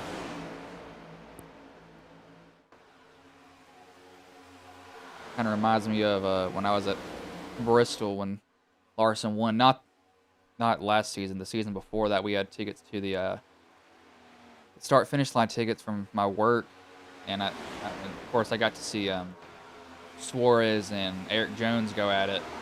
Suarez did everything he could to turn Jones on the front stretch and didn't do it. I mean, he literally, I mean, he had him basically sideways the whole entire time. I don't know how he did not wreck that car. I was glad that he didn't, though.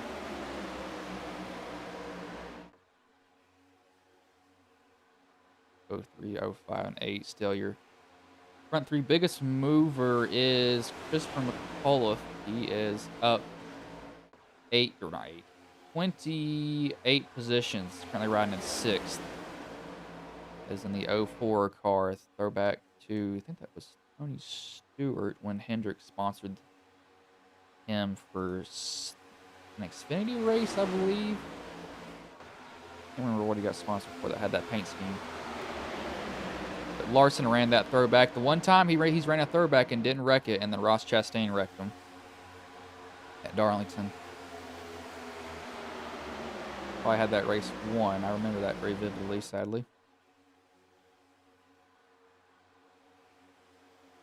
Oh, but I mean, it looks like these drivers are ready to try to get a chance at some green flag pit stops here as everyone's kind of spread out and just relaxing finally after we're about 77 laps into this race. And if you thought it's been aggressive already with some of the pushes and stuff, wait until we get to the last, I don't know, maybe 50 to 20 laps here. We still got a long ways to go before that, so it's really good these drivers kind of calm down and spread out a little bit, right? Yeah, it's a long, long way to go. We're at 72 of 200, so we're almost halfway finally.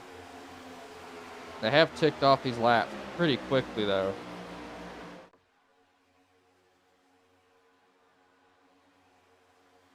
Running 46.5s across the board is where all of it is.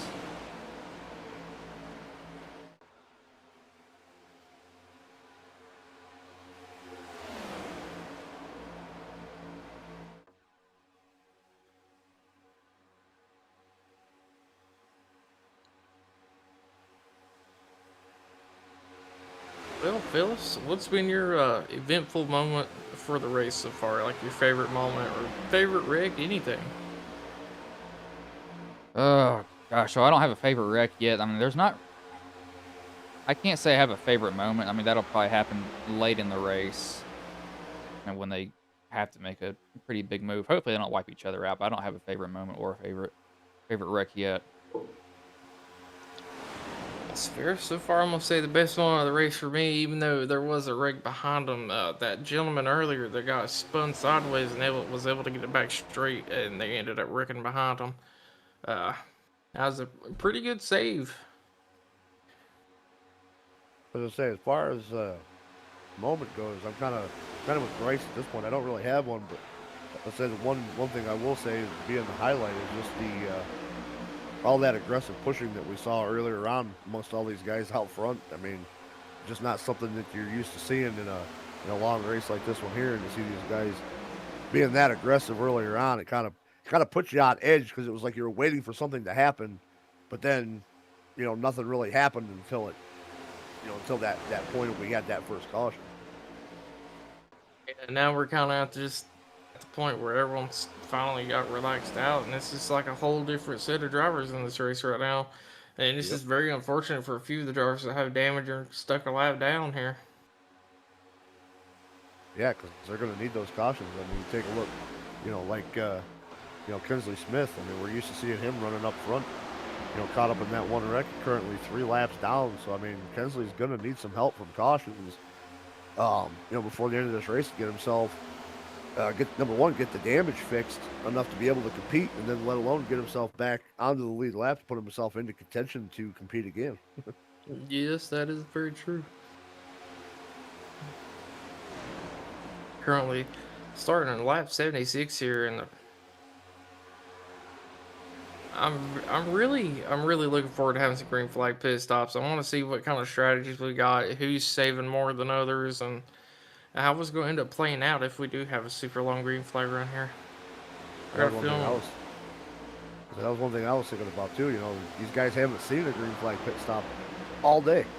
I mean, we haven't seen one in any of the heat races. Last year's qualifier, it was all caution caution flag pit stops. So we have to see how these guys were able to navigate pit road under green flag conditions, because we know a lot of times problems could happen on green flag pit stops. Yeah, it is very true. And I'm just interested to see who's going to be aggressive entering in the pit road and who isn't. Because that's, kind of the thing. If you're going to be aggressive and the person in front of you is checking up, I mean, you're going to have to try to dodge them, at least directs, such as you were saying there. And it's no one's really had time to learn how everyone else is going to function going into the pits. Yeah, 100%. I said it's going to be interesting. I mean, closing in on 30 laps here since last time these guys were on pit road. So another 10 laps or so, we may start seeing these guys start dipping down pit road.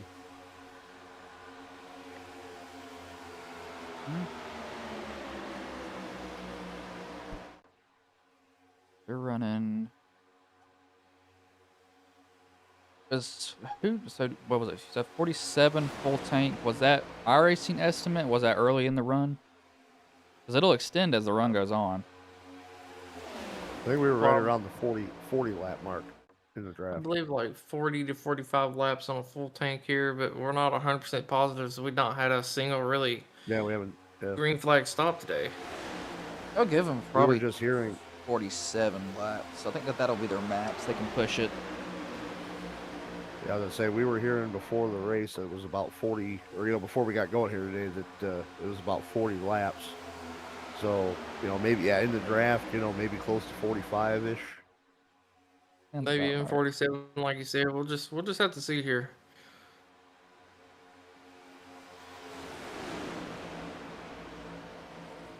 Hopefully, we're not jinxing it. I mean, we know we're probably within about 10 to 12 laps, maybe, of seeing it, and hopefully, we're not jinxing it and end up with the flag of a certain color coming out. I'm legally colorblind, sir. Are you talking orange or red?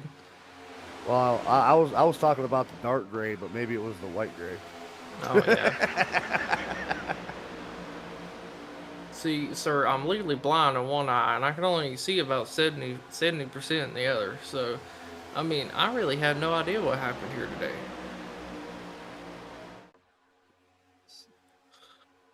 These guys running like they are, they're going to be extending that fuel a lot longer, especially the guys that have been like really, really tucked back.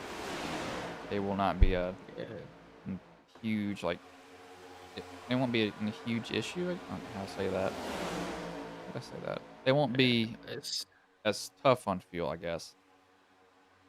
Yeah, but it does look like we're starting to get a second line formed up here again. Maybe a couple of guys realizing they probably saved a okay amount of fuel and looking to gain some spots here while they can. Looks like that 27 red line racing machine going to be leading the charge on the outside. And Dwayne Drummond's one we got told to be looking out for today as well. I believe by Mr. Matt Mittler when he was in the booth earlier. Yeah, he was kind of throwing some real positivity towards Drummond, saying that he's going to be one to watch out for. So, I thought you were going to say shade for a minute. Yeah, he was talking all sorts of smack about everybody in here, saying that they were such great drivers, and they're all perfect and they're all the best of the best. Real shady stuff. Yeah, I mean, he was even up here talking crap about us too, throwing shade at us. Yeah, saying we were doing a good job, and he was happy to be up here with us and stuff like that. I mean, how dare he? I mean, that's just rude. Yeah, right. Rude, man. Rude. The lap car. Who is that lap car? 57. They're going around now. Yeah, it's going to be Austin Norris in a 57 machine. And unfortunately for him, it's going to be a rough track trying to get back on the lead lap here. But right now, it looks like Cody Benelli still about 50 seconds back from him.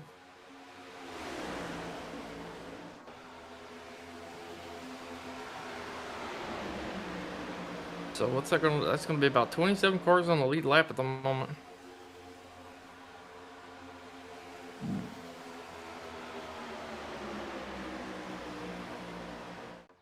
Oh no.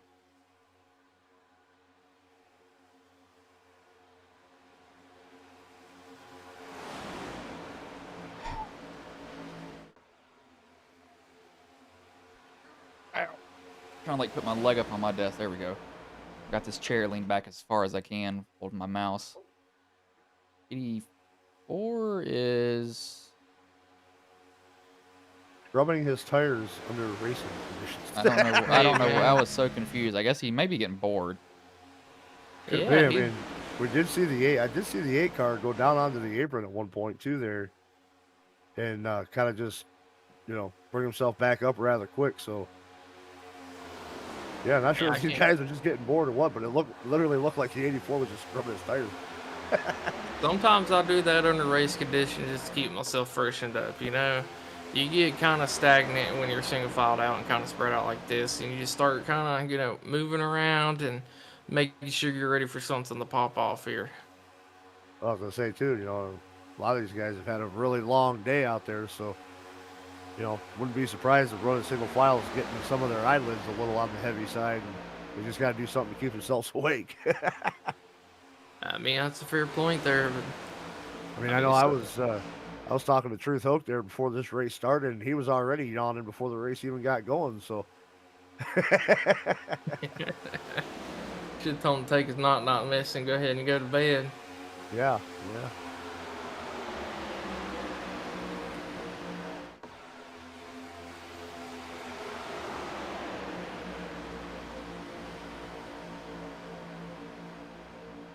Where is old Truth at right now? He's running back there in the 29th position, still on the lead lap. Truth Just Hook kind of is- back there in the back and just kind of riding. I think Truth is in 37th, about a few laps down, is he not? He's in 29th. He's not a lap down. He's just running with his backpack all the way back here. He's 17 seconds behind. 18 seconds, basically. Something must be going on with my SDK then, because it's... Always blaming the SDK. Yeah, as soon as I clicked on his name, a bunch of people just shuffled around there. And it's telling me Kirby Wainscott's leading the race, which is not right. Something's going on with my SDK. Yeah, Wayne Now it Scott's says in Kenneth ninth. is leading. All right, then. Wayne Scott Nice is Yeah, I job, think- Kirby, winning a race from ninth. All right, Kirby. I'm not quite sure what's going on here, but holy cow. It looks like Morgan's on pit road. I'm not sure why he went back down. Odd to see.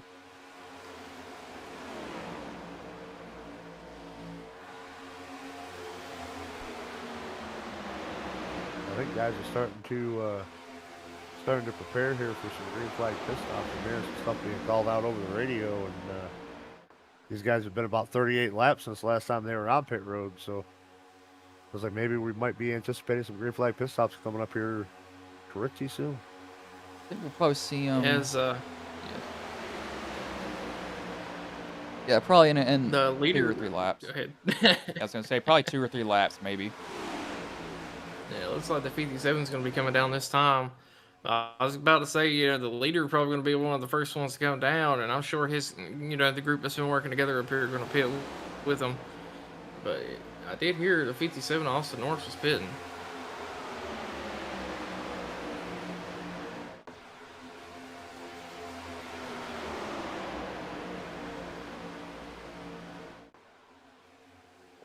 He should be coming down here soon. He does come down dang pit road. He's not coming yet.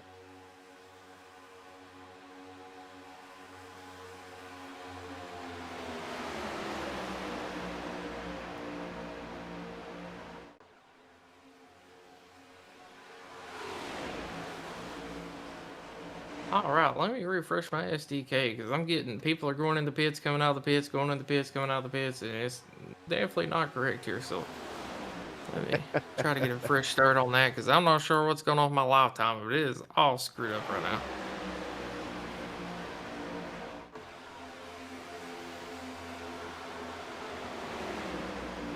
See what drivers are still streaming real quick. I'm gonna check that on YouTube.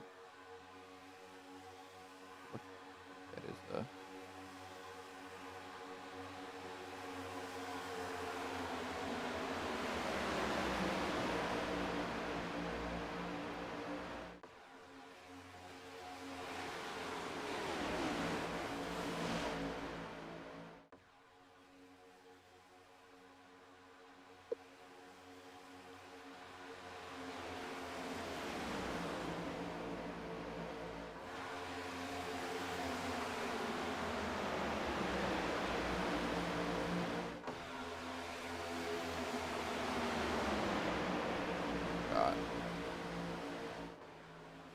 Hey, I think our leaders are getting ready to come down pit road right here, from what I hear.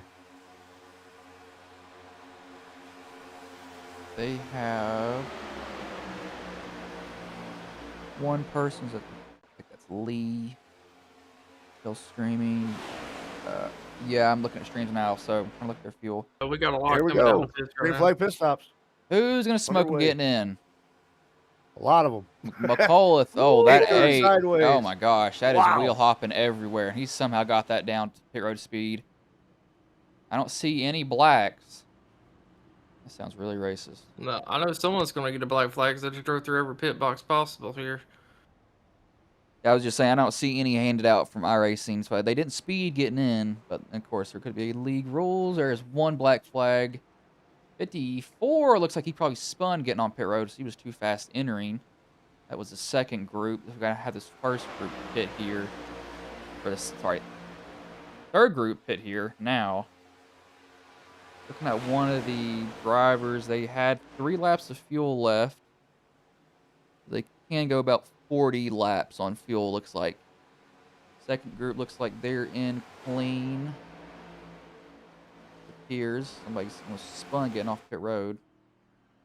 Corey, so we're going to look at Wayne Scott and Alex Teff now coming on pit road.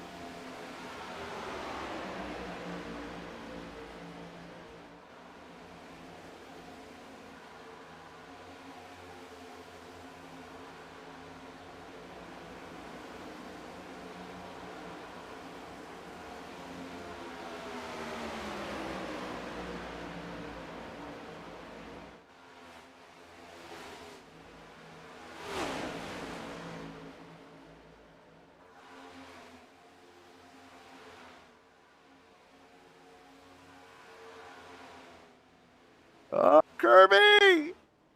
You got No! way too hot. Way too hot. Waiting for him to finally get down pit road. Oh, and he just destroyed the Oh, pit he's on the wall. inside wall. Yeah. Oh, man. Bud, you can't park there.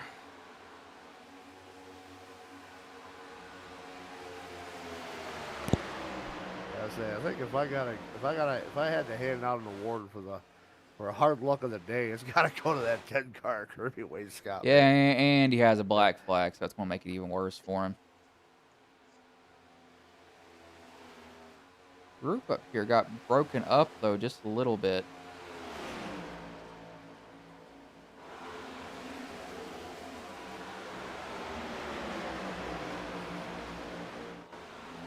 I was gonna say, this is where things are gonna get interesting, because now we're gonna start having these smaller little packs of cars until once again everybody gets kind of brought back together over the course of this second run here. But this is where we're gonna start seeing guys kind of dodging and moving all around, trying to avoid cars coming back out onto the racetrack, and this is where it gets fun and interesting.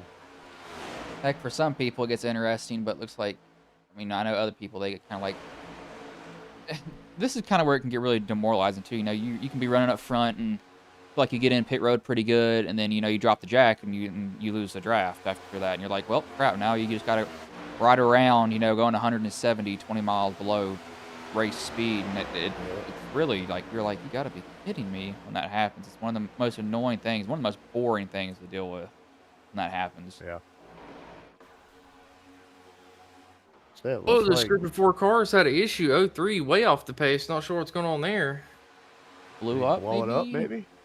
Oh, I Do think not he did. LePage He's this really field. slow on the apron. He almost I was gonna LePage say, the did not field. come back up to him, LePage it. That is not what we wanted to see. Is that this has Yep, been a very not running. dominant group of cars Yeah, today. he is hand grenaded that 03 machine. Not run anymore. So when did it blow up? Yeah, he's sitting at about 210 on the temperature. Oh wait, well, I guess it don't show live temperature, does it? Yep, there it goes. Blew up. Now what he's hoping That's for is just- he gets it back around pit road and he uses his fast repair, because he still has that in his pocket. That's a long, long way down pit road. And I think he has like one of the first pit stalls. Yeah, he's got to go all the way to the end of pit road. Yeah, he's going to hope he doesn't stall out going down pits, or he's going to have to tow, and that's just going to put insult to injury here. Yeah, and the thing is, like, I think- he almost has to speed. You got to keep up as much speed as possible. Yeah, as I say, I think he's gonna be fine. He's gonna be creeping when he gets there, but I think he'll be fine to make the box. It's just Don't the fact miss of it. whether or not he's gonna serve a penalty for don't miss it, and whether or not you gotta serve that penalty for speeding or not if he did. He gets He's it. gonna get there. Yeah, he did not get a black, so he's good. There you go, fresh motor in. He'll lose a lap, it looks like. It's way better than what he could have lost, though. Way, way better. Could have lost 3 or 4 laps, but didn't, luckily for him. That's definitely not going to help this pack of cars trying to catch up to the lead group here, as it's going to put them down, I believe, 3 cars back there, if I'm correct. Yeah, they've only got 3. That's Christopher McCall, Cannon, and then Elliott back there helping those guys. They're not going to have much help at all. They're really going to have to hope for a mistake out of this lead group up here to try to catch up to them. And I was gonna say, after that first round of pit stops, the 84 there, Justin Melchar finds himself out in front now, ahead of Josh in that 05. The 84 having a really good pit stop there, getting himself out front. Yeah, now it's gotten relatively quiet just because these guys have just decided, hey, let's race. So the only thing I can see happening now is these guys. The second group, though, is this third group is coming up, all lined up. They're gonna catch this second group, and they'll probably pick them up, and they'll go up towards the front because they're 5, 6 miles per hour faster. Let's see how they go. So this is one of the fun parts for me. Calling these races is after that green flag pit stop and get these little separate packs and little groups of cars and seeing how long it's going to take another group to be able to catch the lead group. Because they have got to stay like single file, stay tight together, and really keep that draft strong in order to drive their way back up, to catch that group in front. They start racing each other, and this top group can really pull away.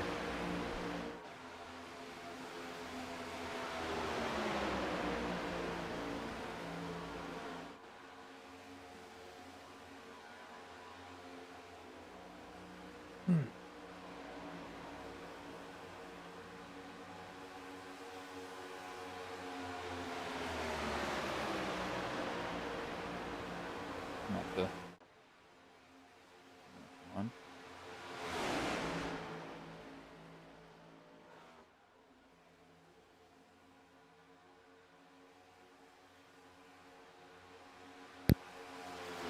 That group has caught that 3-car pack and starting to look to the outside. I feel like they probably should have lined up with them yet. Now they're going to slow each other down. They're going to slow each other down doing this with running side by side, thinking that, hey, look at me, I'm going to try to, run around each other and then mess it up. I mean, they may sort it out. I was going to say, they caught that 3-car group with a lot more momentum, and then once they made the move to go to the outside of them, all that momentum kind of fell off. I feel like they could have gotten around clean, but just for some reason, the momentum of that whole pack hold on. We got somebody dropping. Yo, there we go. And they keep it. Yep. Oh, no. There's caution here. Maybe? No? Yes, there it is. There it is. Yep. I heard tires. I just didn't know what was happening.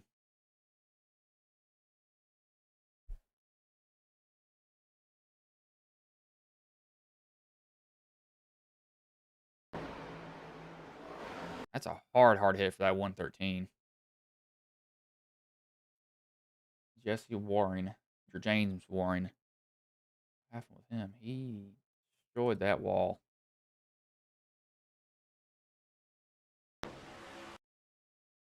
Comes down, the 27, nicks him. Ever corrects hard. And then Alex Teft is just trying to drive it, keeps getting loose, keeps getting loose. Flips Eisburn. I don't think either of those guys will have too much damage. They should be fine. Yeah, they're able to keep it rolling. They'll be good, but that 13, I think he is KO. Yeah, he's meatball flag right front. Nailed it. Popped the hood up. Hit so hard.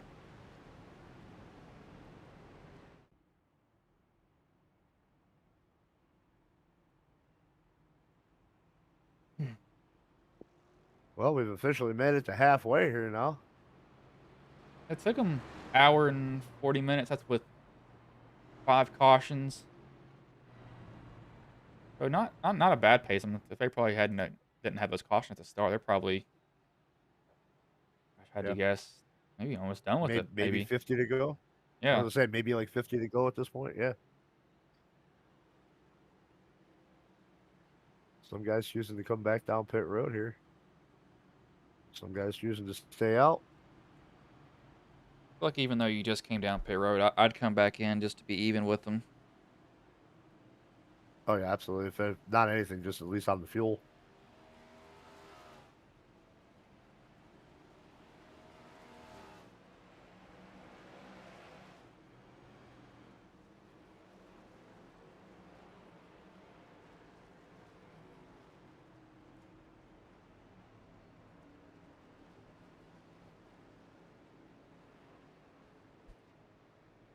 All right, boys. Well, since we're under caution, I think I'm going to step away for a few minutes and do a couple things here, and I'll be back. I'll be back with you in a few minutes, boys.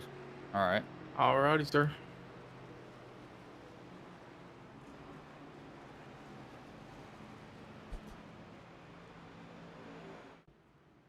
Justin, so everybody stayed out. Wayne Scott, McCullough, Benelli, Norton, Bonner, Hensley. Three guys left. If we've got anything being said in the Discord really quickly.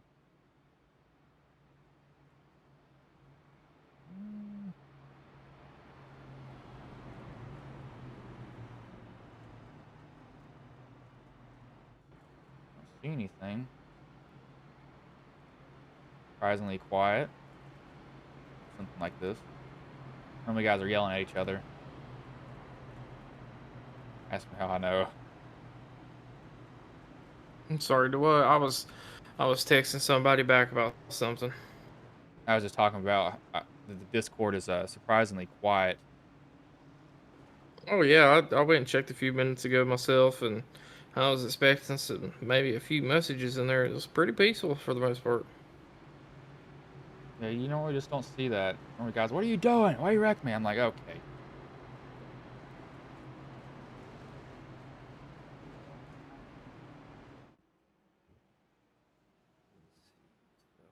Melchar, lead them back green. Olaf, Thompson, Estrella, Smith, and Cannon, your top 3 rows. Well, take a minute to look at the YouTube chat here. Sorry about that, guys. So we got a great broadcast. Thanks for all you do. We appreciate you there, Charlie. And we got a Let's Go Round Warp.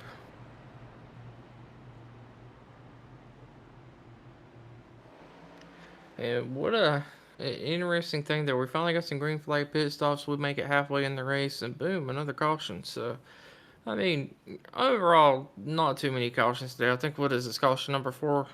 5 right now, and then I mean, we've had some of the cautions were really quick cautions. It was just like one car wrecked, and they get back rolling, and they're fine after that. So it's just been some quick stuff before.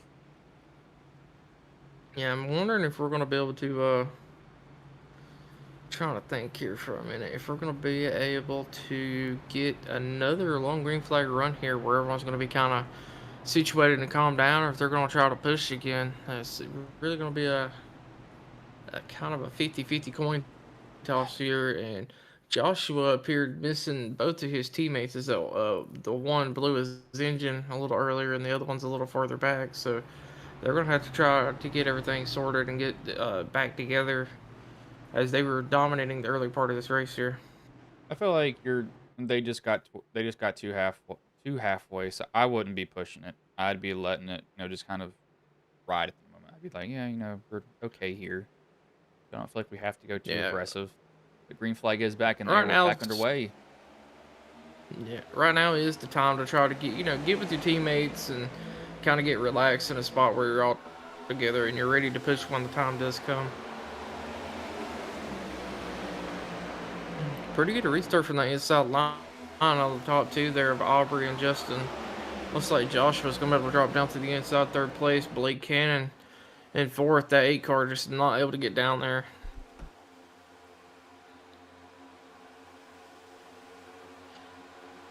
It's this outside lane just dissipating fast. Everyone dropping down to the inside, and it looks like they're gonna try to go on cruise control again a little bit here. 45 trying to give that 8 the business in here and get him pushed back up towards the front so they don't bleed too many positions. So that 8. We didn't really have enough guys. It looks like Joshua McCall, he's thought about going to the outside, and he decided to go with it, see what he can do, get up there. He was able to get Yeah, we were told he has a little bit.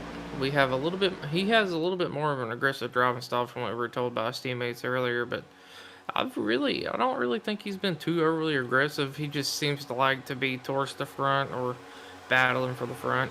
He's not really been making any very surprising bold moves, I would say. So pretty respectable out of him for the most part today. Yes, some guys, they do definitely pick up the aggressive, nature, which some of them earn it. Others just kind of get it because they make one wrong move, and that's a little bit of a door tap. Between these guys, more rubbing. 04, I don't know what that was about. Got right on the door, that car below him. And that checked up the outside lane a lot, and they just lost every bit of momentum they just built up there, getting Joshua to the front.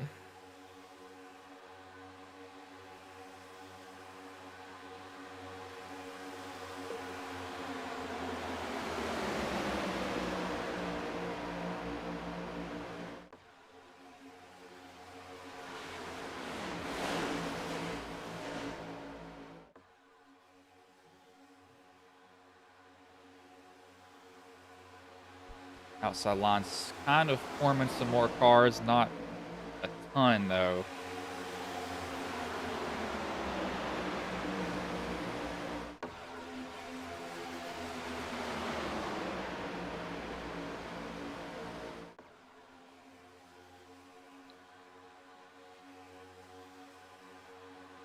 All right, boys, I am back.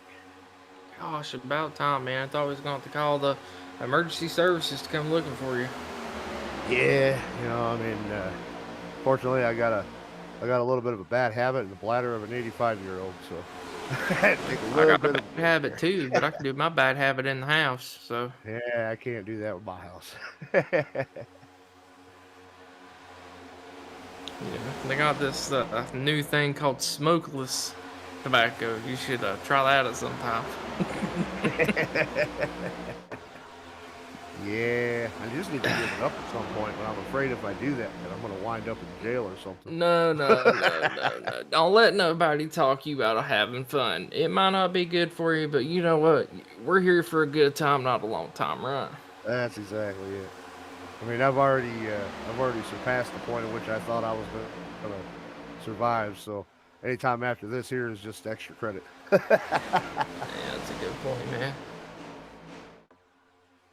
It looks like we had a little bit of a blinking incident there, but everything seems to have gotten calmed down here again. We're having a little bit of beating banging back here.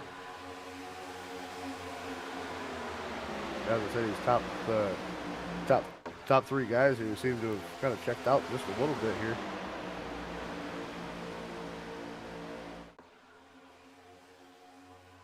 Now that bottom groove's starting to get bunched back up. That outside groove again is still just not able to really keep a solid run going here.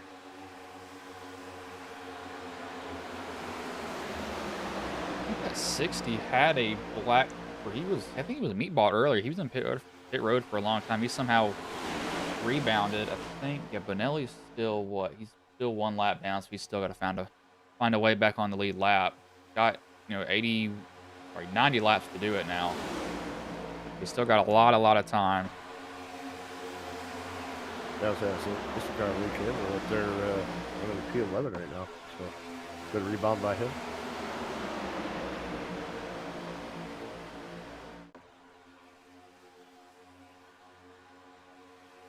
Wonder if they've taken RC's warning of shoving. I don't see Don't see it happening a lot anymore. Yeah, I think they've kind of relaxed on that just a little bit since the warning was issued. Like, hey, you know, it's not so smart to be picking up the rear tires of the guy in front of you when you can't turn. Yeah, yeah, exactly. Here comes Lee Campbell now working this outside. Making a charge to the front. Cody Benelli and Kesley Smith right there behind him. Both those guys are, both those guys lap down or more, but tell you what, here at the Super Speedway, man, anytime you got that 15 car around you, that's a good news for you.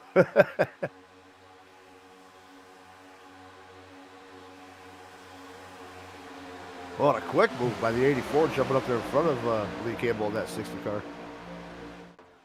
That was close.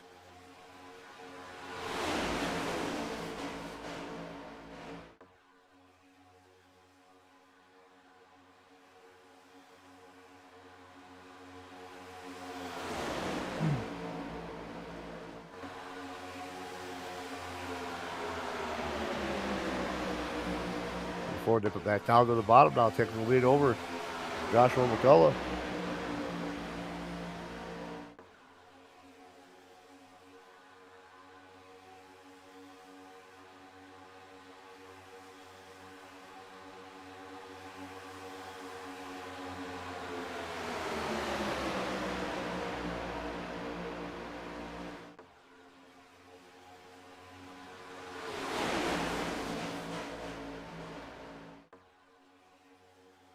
Oh, Cody Benelli getting up there just a little bit, almost leaving Lee kind of hanging there in the middle, but Lee able to get back up there in front of him.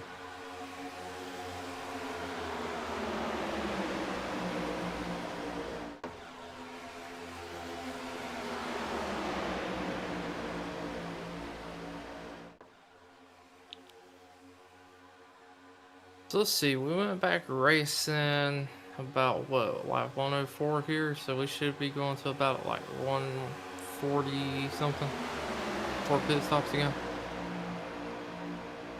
Yeah, forget about that 40 laps to the green flag run. It's like some of these guys I'm seeing here, about 11 laps this last time they were on pit road, so maybe in about, yeah, right around lap 140, anywhere, I would say between 44 and 50 maybe. We'll start seeing some more pit stops. Unless So we, about lap 150, everybody should be coming down. Yeah. The latest. A lot of bobbing and weaving going on right now between these two lines. Yeah, but some good side-by-side battling right now. I mean, both lanes holding pretty strong, but all this bobbing and weaving, like you said, just one mistake, and it's all going to go downhill very quickly for a lot of these drivers, because I'm not sure how many have fast repairs left at this point. As we've had a couple of big wrecks early. Yeah, I was saying, a lot of guys get cut off and stuff there early. And that's the biggest thing, man. Once you burn that fast repair, you don't want to get caught up in anything else, but your day's going to be pretty much over with. I think we've seen, about 3 or 4 guys here so far. 1, 2, 3, 4. Yeah, 4 guys now that have loaded it up on the hauler for the evening, so.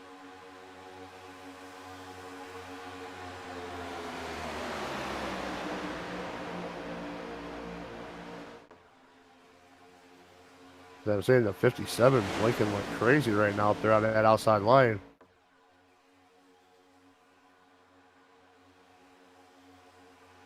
It caused a little bit of a break in the momentum there.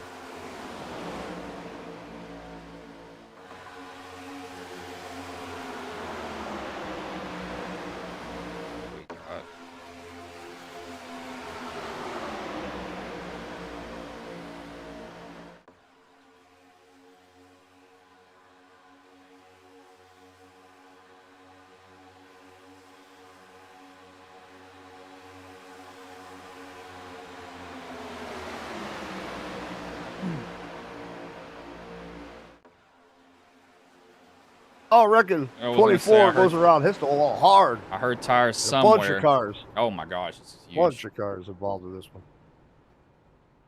And the big one at Daytona is an absolute parking lot coming out of 3 and 4. Literally a parking Kirby lot. Wayne Scott, Kirby Wayne Scott, Timothy Eisburn, Andrew Teft, Josh Winford. 22, having some problems. They're not able to turn.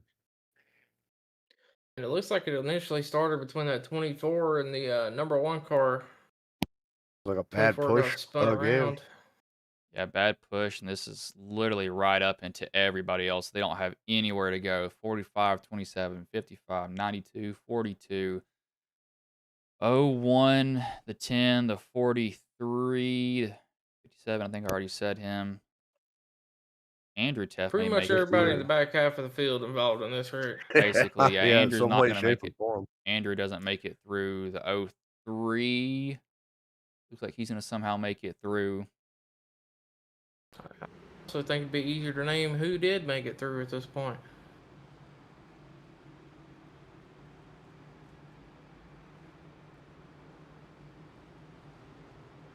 Well, as we talked about earlier, a lot of these guys had to use that fast repair early, so it's gonna definitely put a hurting on them here as they're gonna have to go down and just do it the old-fashioned way and get some of this damage fixed, and hope they're able to keep the pace, to keep up the pack. It looks like we had somebody disconnect there. Yeah, it looks like that was I believe Austin Norris there in the 57 car. He was the one that was having some of the blinking issues, so he was the one that the 24 was, when he got sideways, he went right up and slammed right into him, pushed him right up into the wall hard. So tough break there for the 57 Austin Norris. I mean, just nothing he could have done.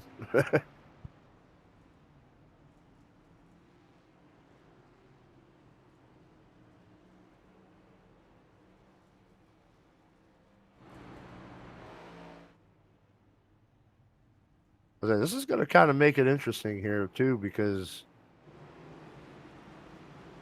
now we're possibly in the realm of making this in one more stop. I think they'll come down pit road again, just to just to push their fuel a little bit longer. Yeah, I would say that might be the smart thing. I mean, especially like if you're on the backside of the lead lap cars. As I said, right around that 40 lap mark is where that fuel window is, and we're at 82 left here in the race. So some of these guys in the draft may be able to push it, 41, 42 laps, but it's going to be really close.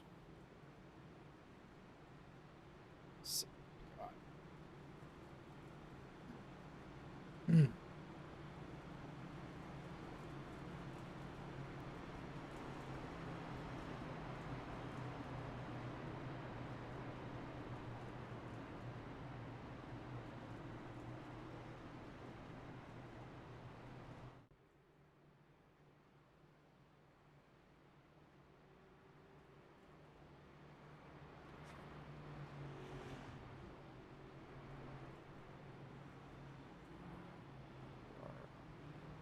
Okay, 40 laps. They're at 118.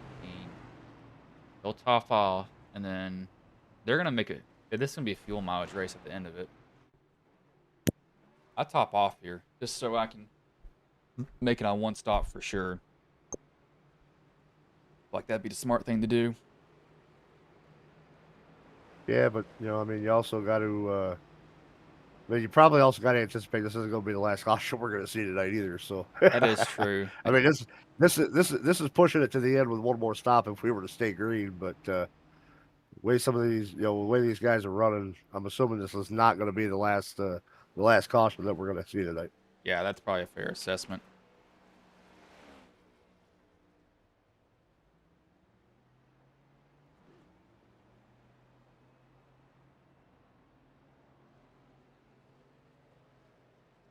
Nope, crap. This.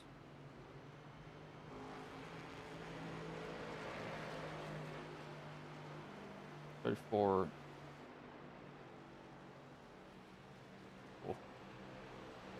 chat, just reading it. I'm curious to see. McCullough will get back on. One of the McCulloughs, I think, will get back on the lead lap. Pretty sure.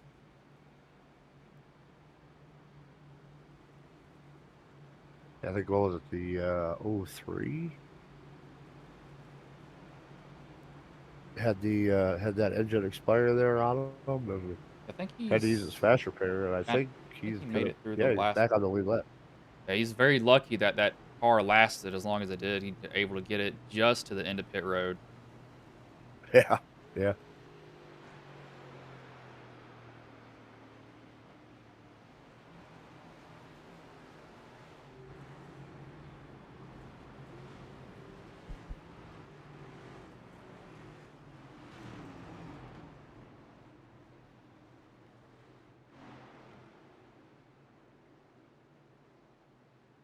Well, Pace Truck is pulling off, and it looks like Joshua is going to be taking us back to the green in the 05 machine, and we are green flag racing.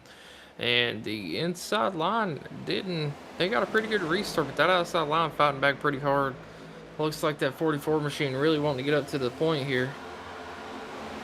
And he was able to do so and drop down instantly. That's going to leave the 56 kind of no man's land for a little bit.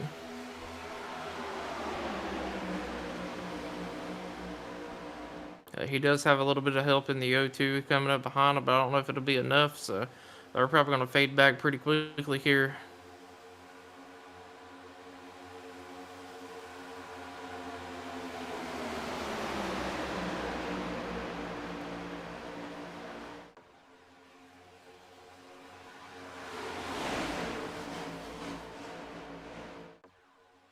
And then let's see. So the biggest mover now is Eisbrand. He's up 25 positions from where he qualified.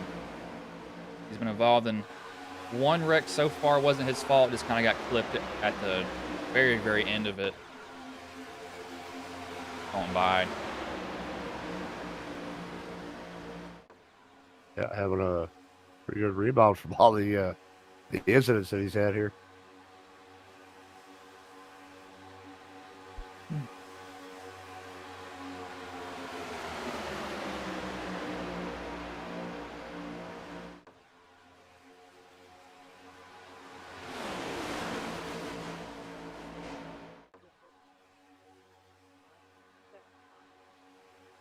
Got going through.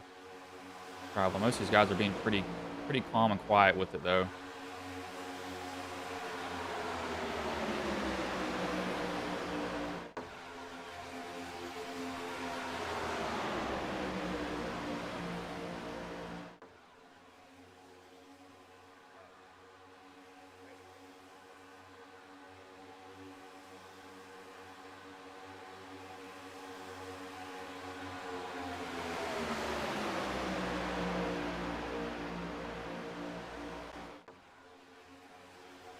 Five is 113.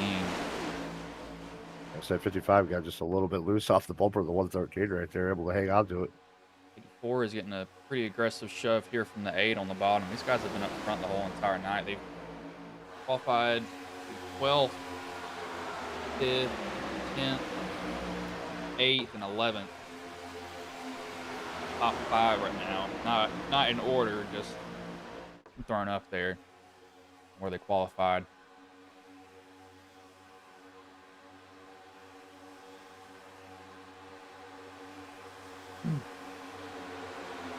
So you start to see this outside lane fall off again. You got Lee Campbell up there in that 60 car trying to lead the charge. The 56 been laying the bumper to him pretty good, but just not able to do anything with the rest of this outside line being so far apart here. Yeah, some things just they're just not working for them at all. They're trying and trying, and sometimes you just don't have the momentum. You just kind of reset and feel like, hey, maybe we can get a car up here that'll push pretty good. Other guys are just bad at pushing. Some people love to push. I'm a pusher. I love to push. I feel like I'm stay pretty square. People will choose to go with me because they're like, yeah, this dude pushes like nobody else does. I know when to get off. Yeah. In the corners. You can push in the corners. People, I mean, it's biased heavily against it, but I feel like, I can get away with it. Guys in front of me are pretty comfortable with it. If you stay hooked onto their bumper before you get in the corner, there's no issue with it. When you try to hit them in the middle, that's when a lot of problems arise from that. They're 3 wide back here. I don't know how well this is going to work. Got a little bit of movement up Yeah, front. that 50. I was gonna say that 56 kept laying the bumper to the back end of Lee Campbell there in that 60 car, and kept getting Lee kind of out of shape, and so either the 56 ended up going to the outside and stuffing Lee in the middle, and then somebody went with the 56, and the Truth went with 60, and we got it all sorted out back to 2 wide here now. Who is that? Somebody's moving around a lot. Blue and black car. Yeah, I was about to say the same thing. A lot of I think that's movement the up there. 113. 113. It was moving around a lot. He was going top to bottom, top to bottom, top to bottom. I thought he was about to wreck there for a minute.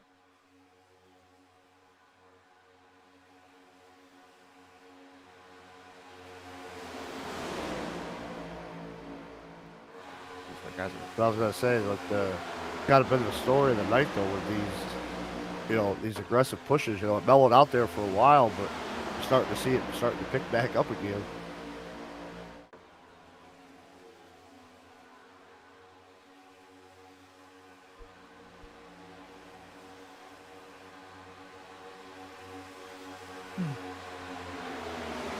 we have here.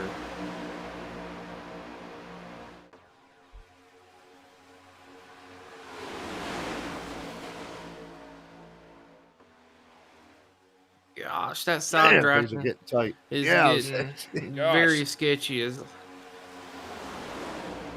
That 8 was going all the way towards the apron trying to get up. I don't know if he's trying to get under the 84 or if he was getting shoved from behind, but he was all over it. Yeah, that 113 is going to be careful coming down the track trying to side draft people. I think he's done door checked about 2 or 3 people, and they're getting a little unhappy about it. So, Well, I tell you what, that 5 car out there on the that outside lane, he's kind of making a charge, and he keeps throwing me off because whatever is going on with his paint scheme, man, it keeps changing from white to black. As the way that the sun is hitting it, it's like transitioning colors. It's super weird. He got really, really loose there for a second, too. I don't know if he got hit or if it's just air or something. The car just stepped out, but he caught it about 3 or 4 times and just kept driving it. He had to keep driving it at that point. Yeah, you just got to keep your foot in it and hope for the best.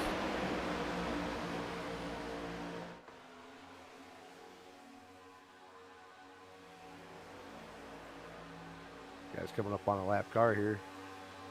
Always gets dicey with the lap cars.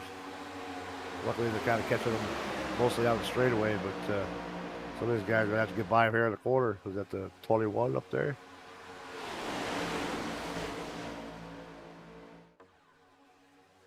Yeah, it looks like that's who that was possibly. That top line's kind of stalled out a little bit now. They're not moving around too much at the moment. Again, just all that kind of bobbing and weaving, I think it's really hurting their momentum.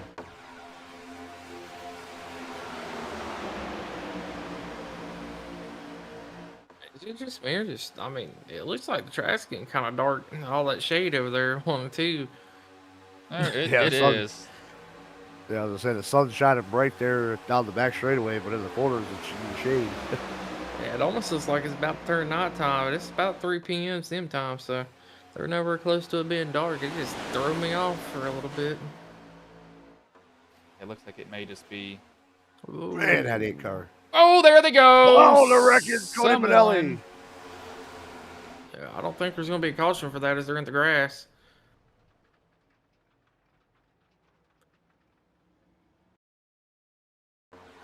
Try to get a look, see what happened here. Just a lot of shuffling. Looks like he got turned off somebody's nose. I think that's Truth, I believe. Oh, that's Vandemark. It's nicked right Just down in front of Andrew. Andrew had nowhere to go. They'll get their blacks cleared because that was not.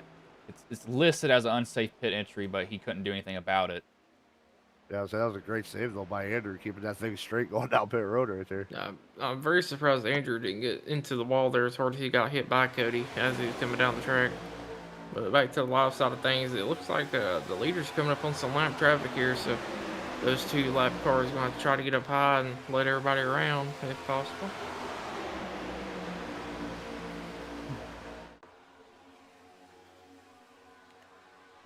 Matter of fact, that might be Andrew Teth and Cody there.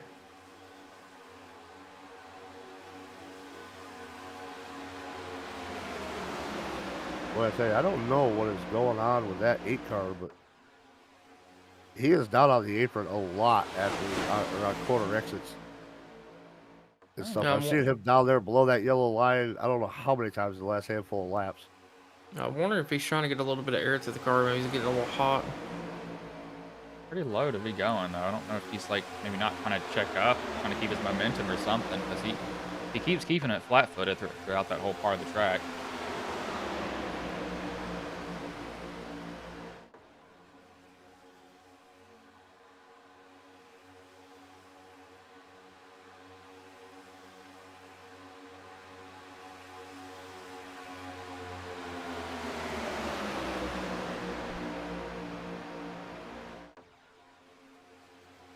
Paulus and Melchar.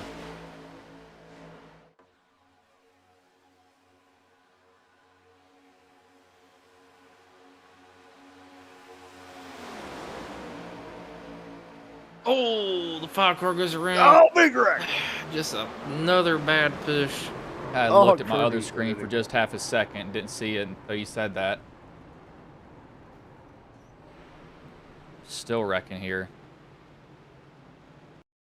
Goodness. Like the 5 gets a bad push on the top side from the 4, just comes down right into the 23 and right hooks him. Yep, 113 had nowhere to go. It's about 6 cars. Oh my gosh, Wayne Scott, how did you not?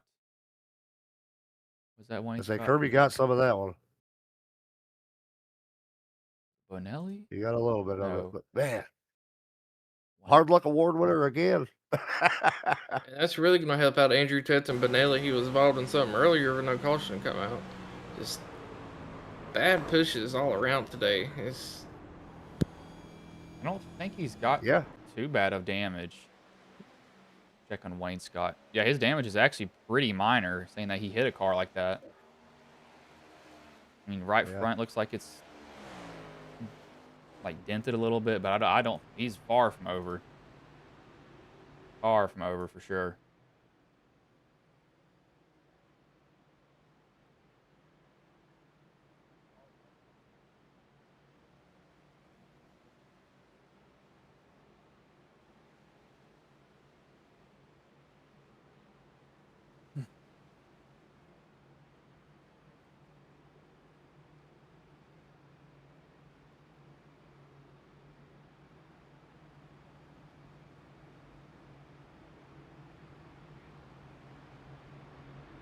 Let's see, come down pit road because you're at lap what? You're 134 of 200. 66 laps. You'll be 20-ish laps short. And you can short pit it though. Dang. What do you do? Yeah, I mean, that's what I was just trying to calculate here, I mean, you're definitely going to be short. If it were to go green the whole way and you pit now, you're definitely still going to be short. But I feel like you pit though and you try to short pit it again. yeah, I think that's what most of these guys are going to think about doing here. It's a smart thing to do.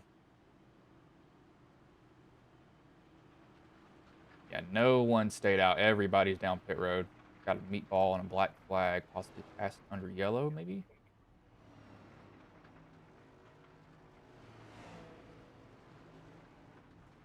Think of it being.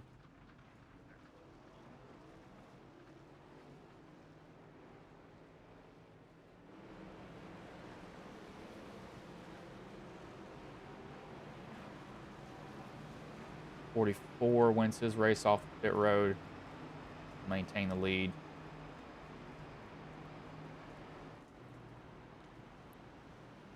It looks like that same group of guys able to hold their spots there with the 44, 5, 84, and 8. I mean, they've been up there top 4 guys most of this race. yeah. I'm trying to figure out what I'm with y'all on what's going on with the 8 car there. It's like he's making some very weird moves. I'm not sure if it's like an evasive action just to be safe or trying to keep the car temp down, or like you said, trying to keep his run up or what. But it's really awkward.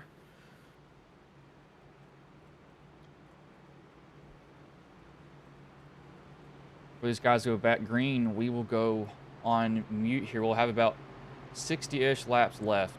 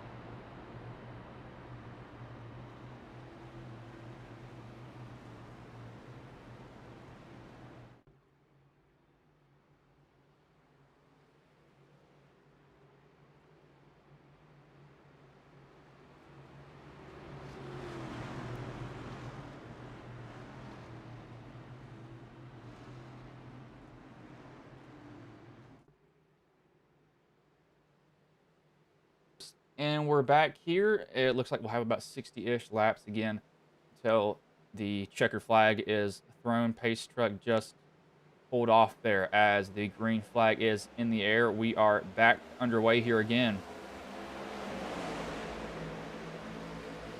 44 getting a big jump there on the bottom. Gonna let two cars get in there behind him.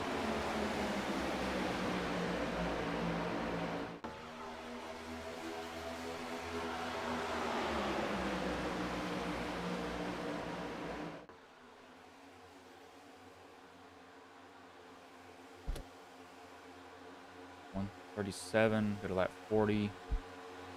40 laps. We'll get. Let's give him 43.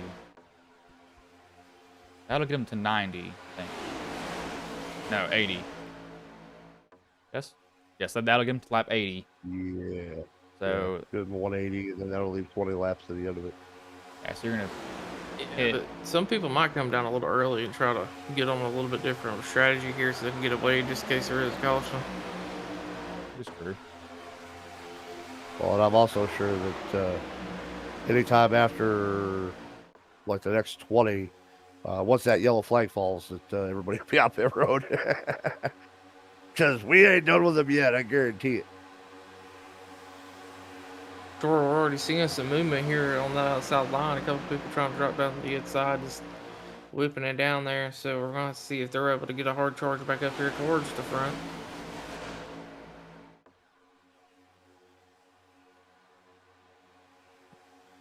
Honestly, it kind of seems like the top 5 guys are just content riding around as, you know, top 5 all receive payouts, I believe, at least top 4. Yeah, top 5 gets payouts plus a random draw. So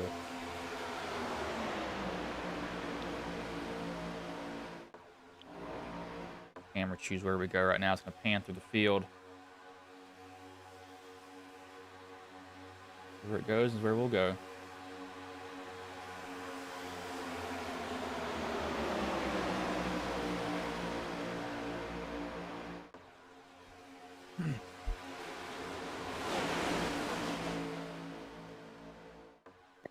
See. That looks like it's taking us right around the start of the 2 wide here with the 5 car and the 18.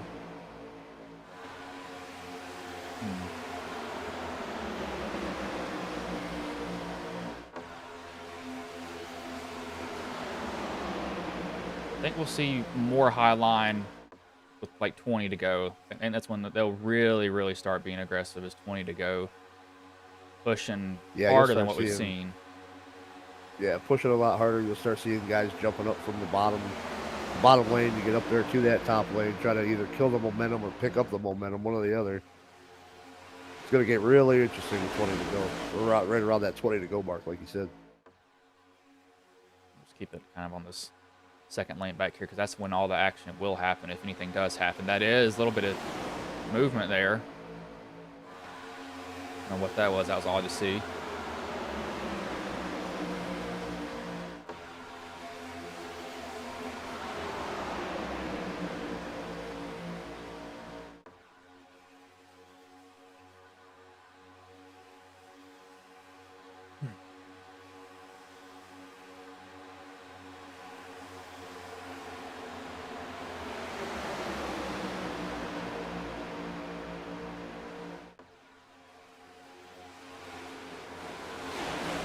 Eighteen's not making a lot of progress up front, so he's kind of just stalled out this high line. I think they can get probably someone from the 5th or 4th line to jump up. They'll have a shot. They're just not getting that momentum that they need to make any kind of headway.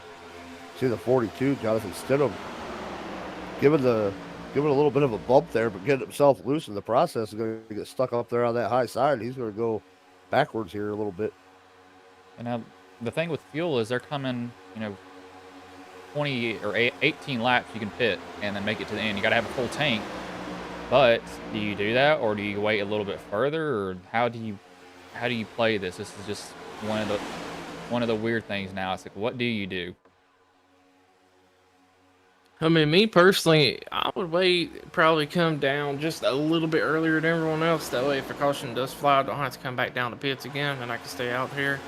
But also, just so me and my teammates can get lined up and be ready for the end of the race.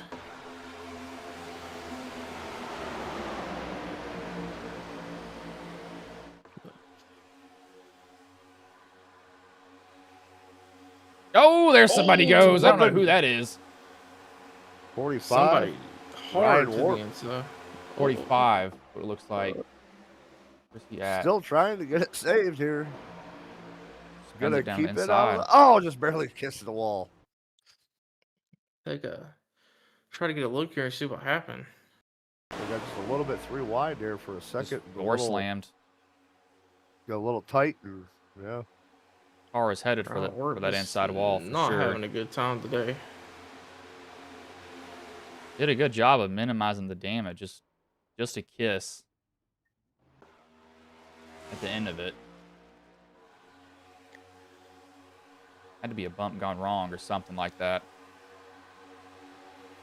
It looked like the outside line just decided to try to go 3 wide there, and the hole closed, and unfortunately Ryan Ward getting the bad end of that. Oh yeah.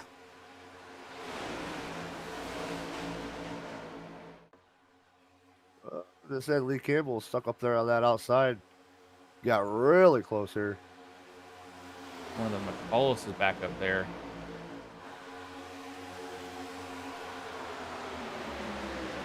I think we're starting to get that long race aggression going here as I'm listening to a little bit of the radio, and I've heard a few people getting a little unhappy with some others, so we're getting to about that point. Yep. The intensity is going to rise. The attitudes are going to start showing a little bit. It's about to be interesting. Yeah, and we did get told to watch out for like Josh and a couple other people, and he's been up front most of the race, and it looks like his teammates finally working their way back through the field here after some incidents, and I got a feeling that the incidents ain't over here. And I'll tell you, I had to kind of look to see if the 44 there that's leading this field was on the same team somehow as Joshua there in the 05.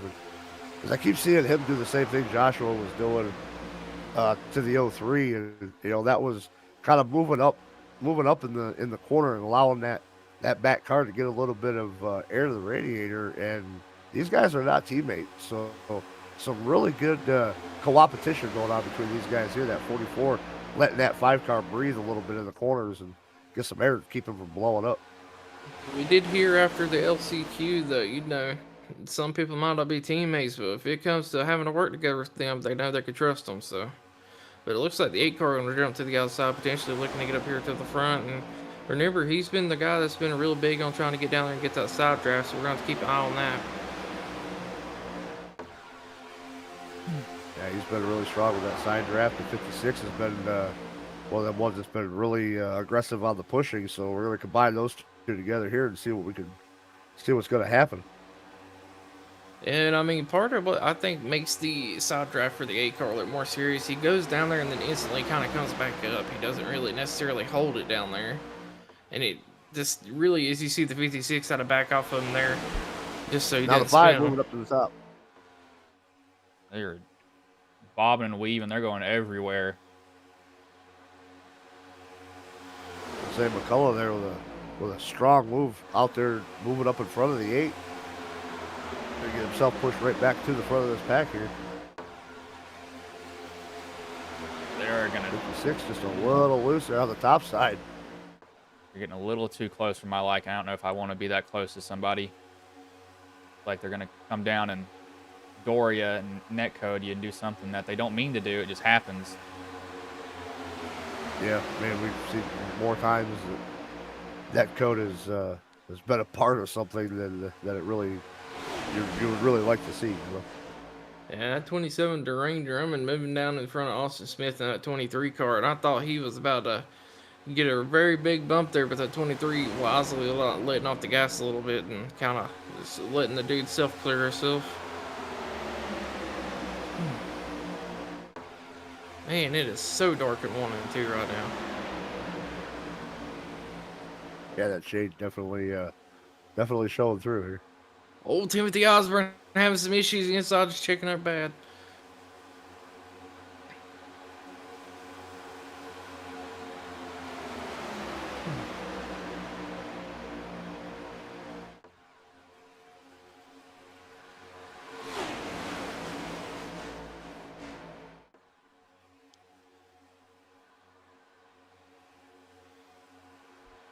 Top line, it's like they form and then they just unform really quickly. They just don't do much after that. There's an issue. I will say it does take a couple laps to get that line going pretty good, but you gotta have some people up there. Like the 24 needs to be not necessarily on the back bumper of the 22, but he needs to be really close to him. My goodness, that 4th car on line, trying to see who that is. Almost lost it there on the exit of the turn 2 there. Yeah,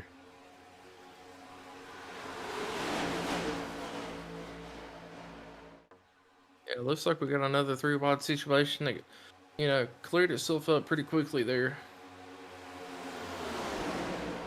Outside line's coming again, though. Can they just stay nose to tail is the question. If they can, they should be fine. Yeah, I mean, that's been the biggest problem with it. They get themselves out there where they're in a strong enough group to make something happen, but then all the bobbing and weaving and moving up and moving down, it breaks the momentum of that outside line. They're just not able to get anything going.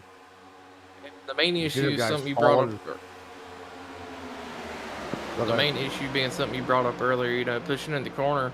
As we've seen, some of the people holding the lead very early in this race, they wasn't even pushing in the corner. It was only pushing on the straights.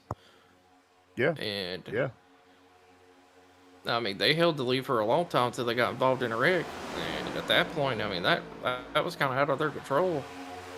So maybe take a few notes for them fellas. 24 is getting a little. He's kind of moving up and down now. Tad, so we gotta watch him.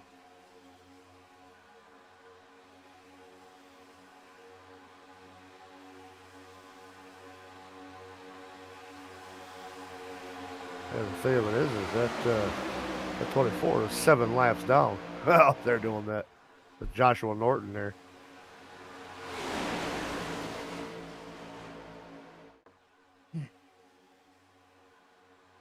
Oh, we're getting squirrely on that outside line. Oh, there they Got a go. couple Still cars moving trying- around. Man. It seems like they're thinking about taking it 3 wide, but they're not quite doing it. It's just all over the place, and that caused a huge momentum loss on that outside lane.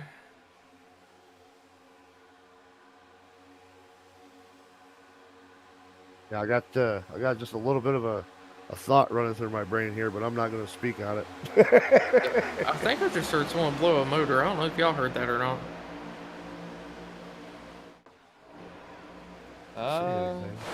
See anybody on track slow? They should be fine. What I see right now. Could have been. I wonder if somebody in the pits might have blew a motor or something. Let's talk about blown motor. Blown motor to the front is Kenneth McAuliffe. Blew it early, able to coast in the pits, and able to get crash repair used and get back on track. He lost 1 lap, but then he got a lap back.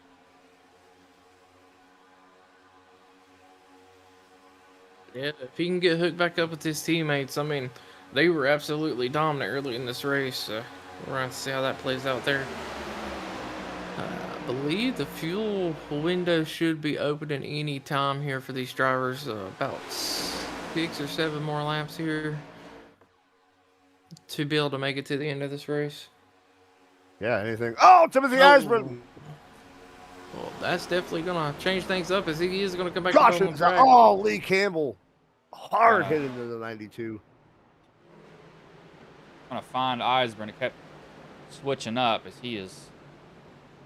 That car is destroyed. Back wheels are not turning at all on that car. Yeah, I think the car he came up in front of might have got even more damage than him there. No, that's a big stack up in front of him. Huge stack up. So this happened way before Eisman. Who does it start on? Yeah, there's a that's fast here. Real speed. Somebody stacks this lineup. That's a big stack up. He goes down to the bottom. The 27's innocent bystander. Locks it or tries to get it stopped in the grass, and 60 gets destroyed. And Osborne's credit there, he was clear before that checkup, but that checkup, it slowed him down so much. About the time he was trying to come down the track to get to the bottom, I mean, the hole was filled already. Yeah, there was nothing he could do. Yeah, I heard Eisman come over and apologize to the 27 for that. He said his spotter said it was clear, but and like you said, he was clear until that checkup, and then the closing rate on that checkup was just too quick, and that gap filled really quick.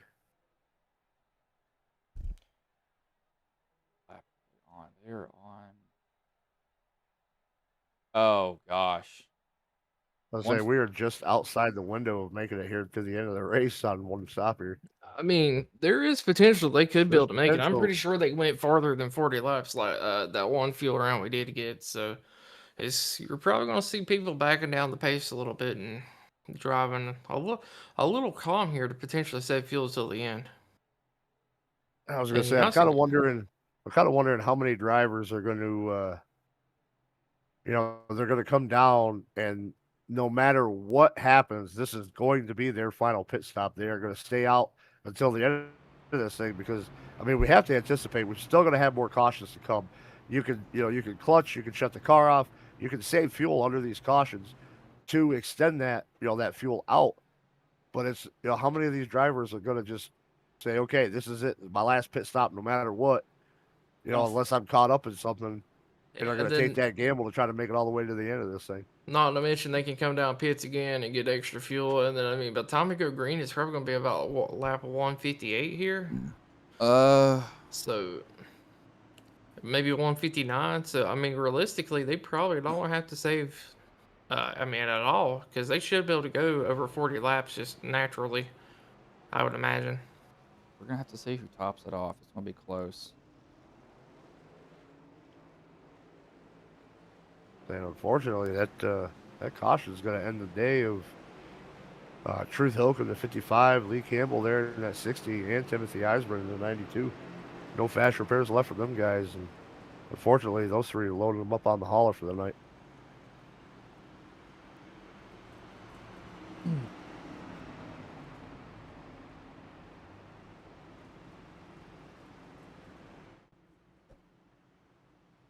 Who's gonna top off? I'm gonna keep an eye on this. Who comes back down?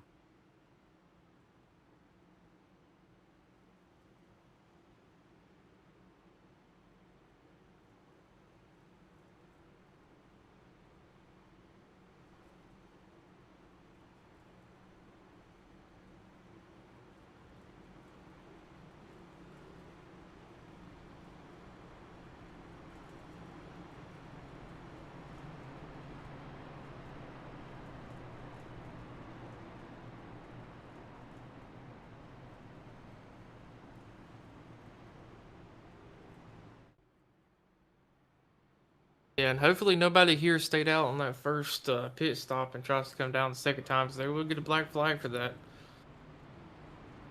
Yeah, unfortunately, that's a hard lesson learned here for a couple guys. Yeah.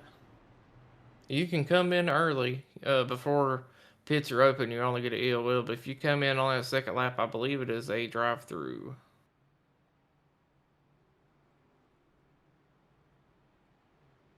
Or thought about it.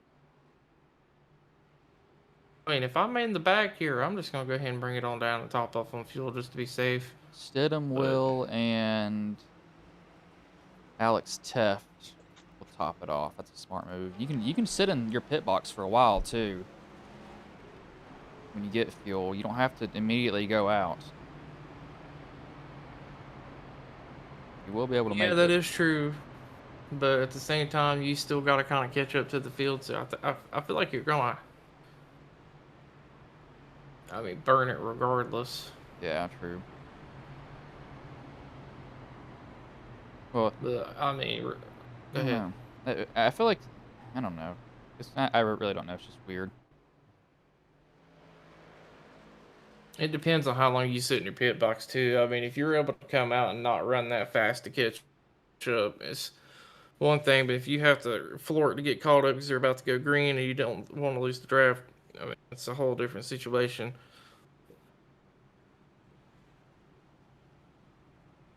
Yeah. But we are in the final stages of this race, and the aggression is definitely going to kick it up a notch. As, I mean, we shouldn't realistically have to pit again. Unless you have to use your fast repair, you're not going to be going down pit road again. It's going to be run it dry.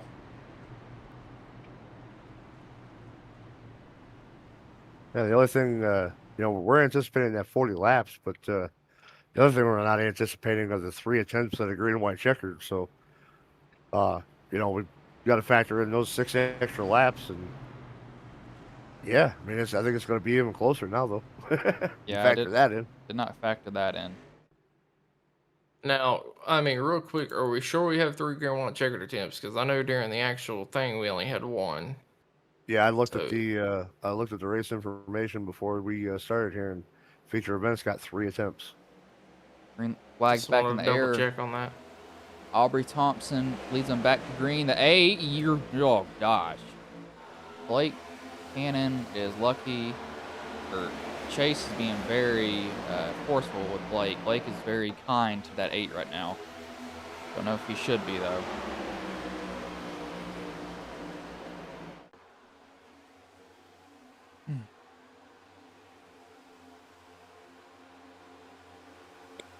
Hearing that the Check 8 car here might have gotten a sometime. black flag on the restart there.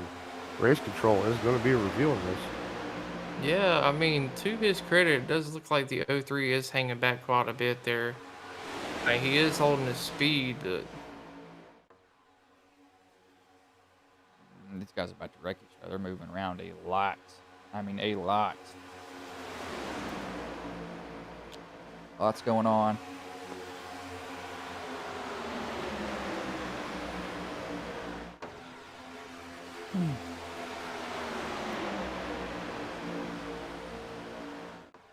yeah, you'll have that on these big jobs. That's why I'm not race control.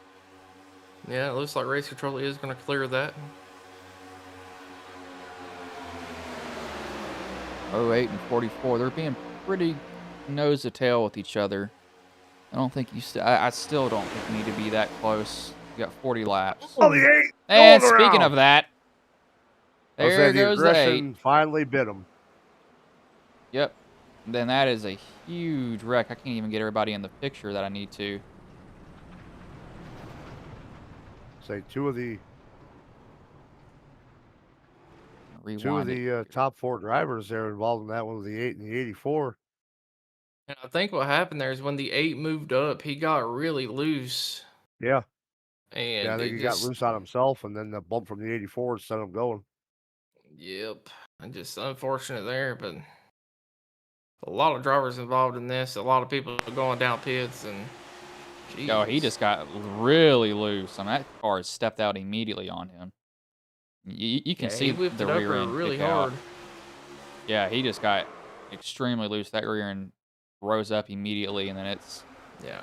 on from there. It's in front of the whole pack, literally the whole field. Guys were able to make it through, others weren't.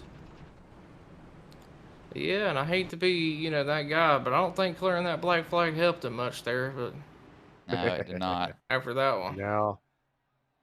sorry, we got to make a little bit of jokes up here. We've been in the booth almost all day. I got to get a few pot shots in just to have a little fun. It's no offense to anybody. And Please don't take any offense to it. got 10 drivers out right now. How do you top off again? Or I think you just wait. Yeah. You're just going to hold I it mean, here. unless I got damage, I'm staying out, especially if I'm up here in the lead. Yeah, you can definitely get more fuel. No need for that. Yeah, I mean, at this point, with there being another caution, we just came down pits. I mean, what did we get? One full lap, basically. I mean, you're saving a lot of fuel right now.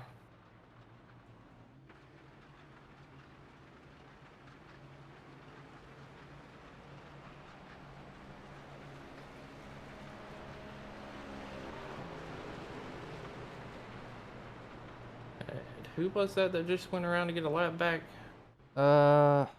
Like that. Ryan Warp is who it was. Ryan Work going to be back on the lead lap here, I believe. After being involved in a wreck earlier. And I think things are only going to get crazier from here at this point, so make sure you tighten up your seatbelts, guys, because it's about to get interesting. Yeah. Yeah, the patience has worn off and the aggressiveness has started to rise. Yeah, and I'm very surprised we didn't hear anything over the radio after that last wreck, honestly. Uh, Still some guys biting their tongues here and just... I didn't know there was patience to begin with.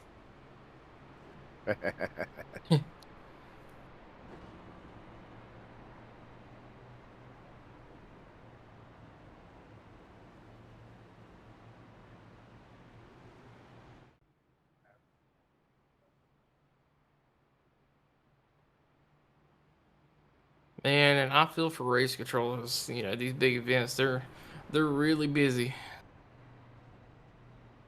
Yeah, lots of things going on here with penalties and stuff like that. And They're having to clear black flags. Like, just to give you all an example, they've had to clear at least 6 black flags for passing under yellow because someone wasn't able to get caught up to the field, plus figure out who was the cause of the wreck and everything else. I mean, we got to give appreciation out to race control and Their say is final. I mean, they look at it from every possible angle and try to get every bit of info before they make a decision.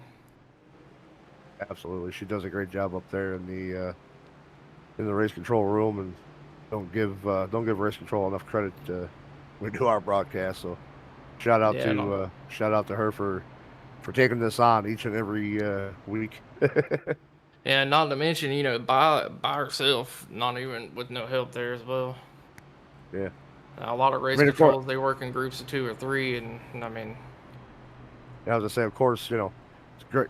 She does an absolutely great job up there. Unless I'm in the race and I'm the one with the penalty that she doesn't clear or something like that, then she does a terrible job. But well, it's a good thing you're never in the race, really, huh? that's exactly right. Even when you're in the race, you're not in the race, sir. I Yeah, mean, they yeah, got a speed exactly. requirement in these things, I think now. Yeah, Oh, yeah, burn.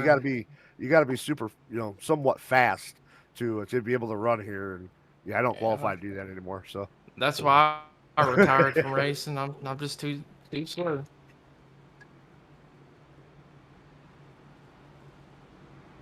Well, now's a big time to crack open a beer if you got one. oh, now? Yeah. Oh, I thought that was 163 laps ago. Dang. You gotta have them road beers, road beverage, Exactly. You ain't driving drinking while you're juice, driving. driving juice. That's right. I swear, Ostifer, I'm perfectly sober.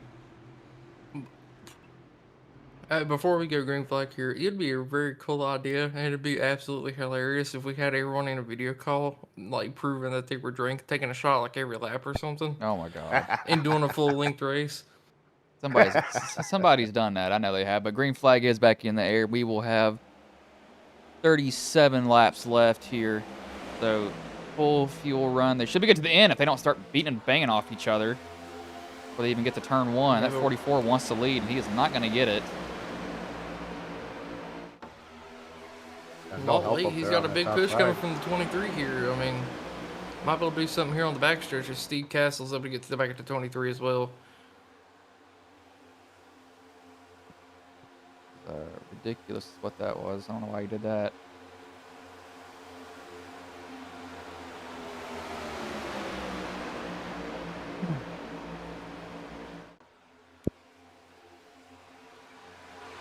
Top side starting to fall off again. Oh, 44 tried to self-clear himself. He made it work. It looks like he's trying to get under, I believe that's the 27 of Dwayne, and being very aggressive at the moment. I don't know if y'all caught that on stream or not, but I may have caught it. That I 05 think is... he did. Somebody also voiced their displeasure with the self-clear too, so not making any friends right now with about not only 35 did laps to go. he self-cleared and then stuck his nose under somebody and moved him up the track. I mean, he's trying to keep himself up here, so. But it is getting crunch time, so I kind of understand at the same time.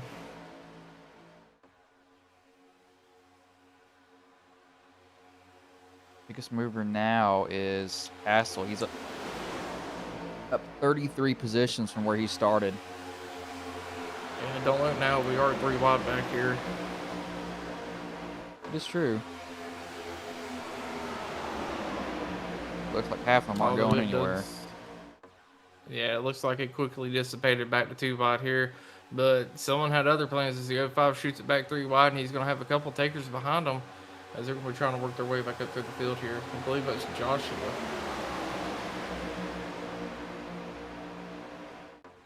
And they are making it work just with 2 cars up there right now. They are gaining some spots here, so.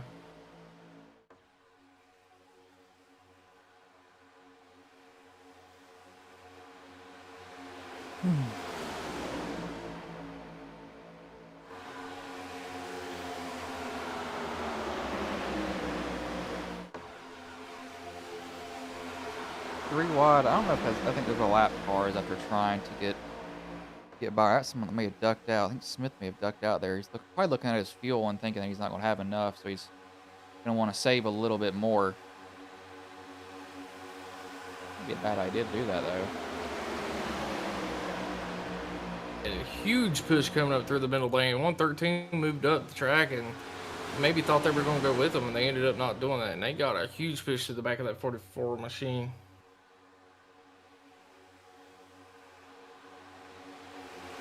Somebody in the wall right there coming through the triangle. Not sure who that was up there. Is that the 113? Maybe in the 113 there. It looks like it could have been.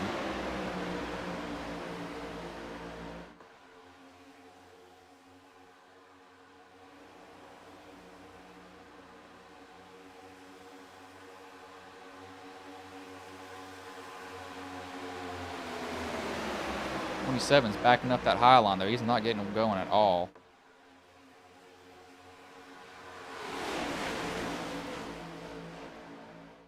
And taking a look at YouTube chat, we've got someone saying they're here because they like iRacing but don't play iRacing. Well, I think that's about how most of us got started, honestly. I hopped into a stream, seen someone racing. I was like, hey, I want to try that out. And I was like, playing NASCAR, I believe, Heat 5 at the time. Definitely a big transition. Yeah, absolutely. I liked iRacing. I started doing iRacing, and then I didn't quite like it as much. Yeah, well, here's the thing with iRacing is that it was fine.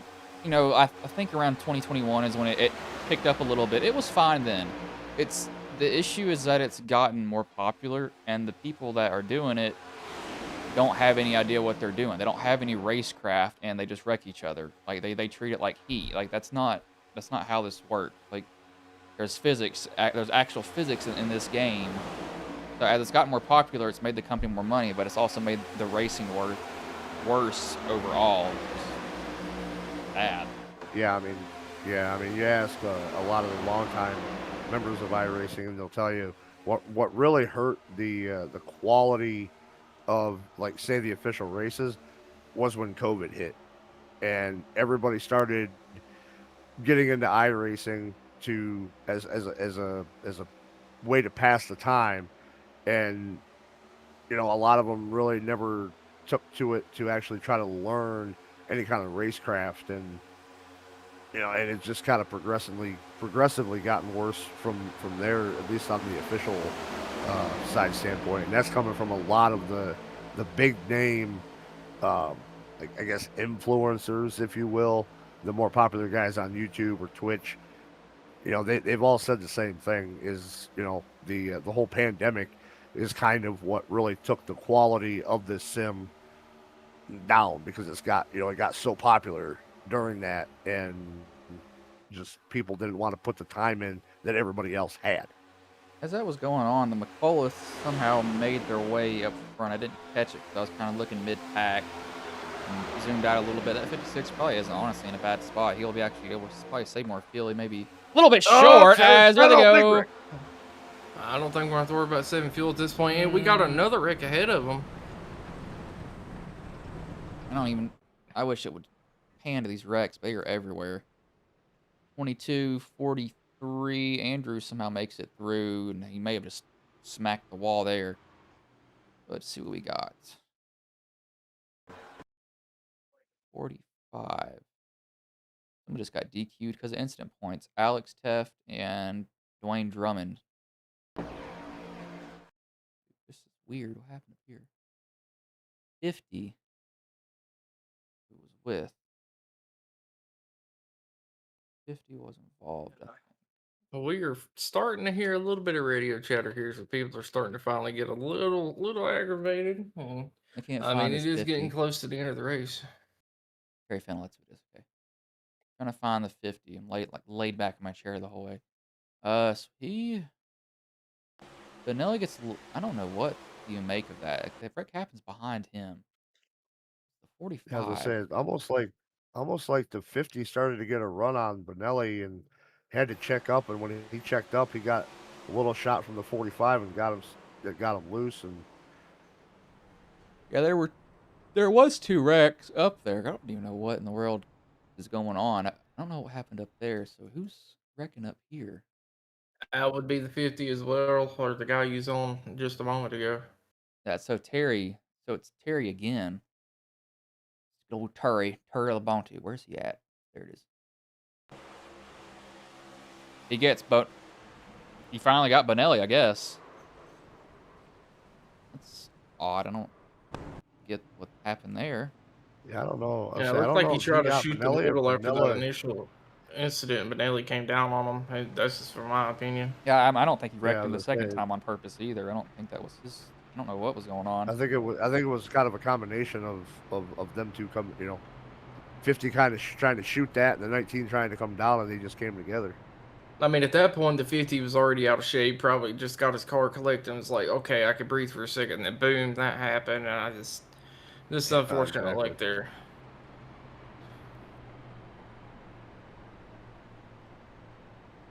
But lap 173 should be going back green on lap 175 for about a 25 lap shootout here. And we still got 3 Green-White-Checkers and, waiting. Hopefully we don't have to use them all here. Yeah, I don't know though. The way these guys have been running, we might burn through all 3 of them. Yeah, I still think the aggression's only at about a 5 right now. Oh yeah, it's not fully developed yet. Let's see, it's about 4:25 sim time.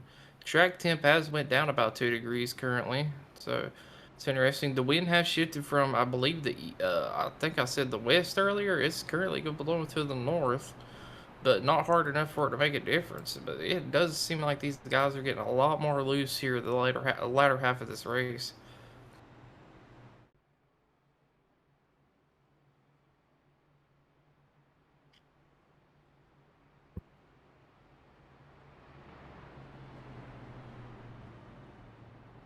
And we got Cody in the chat saying pinball wizard. Hey man, at least it's not on the apron this race.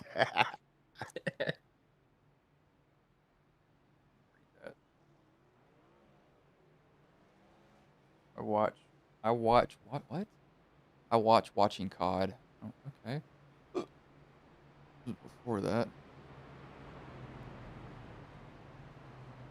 So they'll go green with how many laps left? Like 20-ish? Should be like right around 25. 26 laps. No. 24. Yes. 24 laps. But they'll get the green.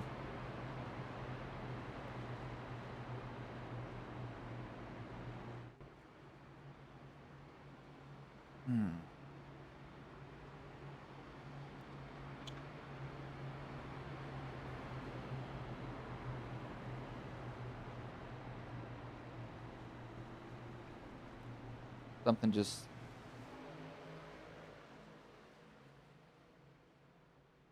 came up on my feed. What is it? Ex-USA woman versus men.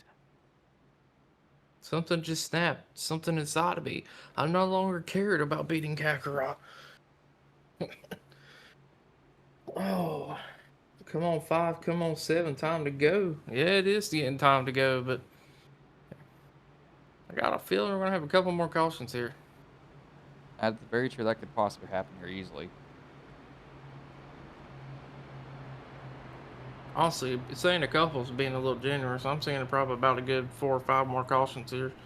But I say hopefully they prove me wrong. should have some betting lines over or under. Over under. Well, I don't have the ability to throw up a poll in the chat. I don't know if Andrew Teft is available to do so. It looks like he's currently still on the tracks. So Let me see. I might be. I might be. Hold on. if you're able to, let's throw up a poll for over or under 5 cautions. All right. Well, you get that you get this race while I throw up that poll. Yeah, I got you.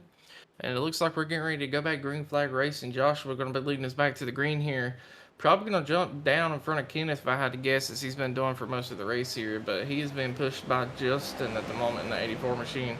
And he does drop down very quickly, Justin, kind of in no man's land, as he does not have no one behind him to push.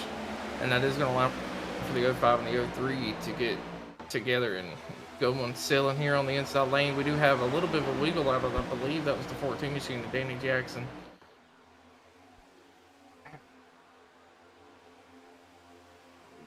Go do it on my computer. I can't do it on my phone for some reason. It's an absolute jag race down the back stretches. There's only 2 cars on the outside bumper to bumper right now, and they're holding on pretty strong. That 23 coming to give a little bit of aid to help them as well. But he is going to drop to the inside, and they're going to start falling like a rock here. They got a little bit of a looseness coming out of that car on the outside. My goodness, these guys are bobbing and weaving all over the bottom side here. Down below the yellow. It must be learning from Muhammad Ali, you know, float like a butterfly, sting like a bee here as they're bobbing and weaving trying to dodge. I guess it'd be more like Mike Tyson peekaboo style, huh? There we go. Poles up Right, finally. There we go. I was saying it could be that they're implying the 5 D's of dodgeball too: dodge, duck, dip, dive, and dodge.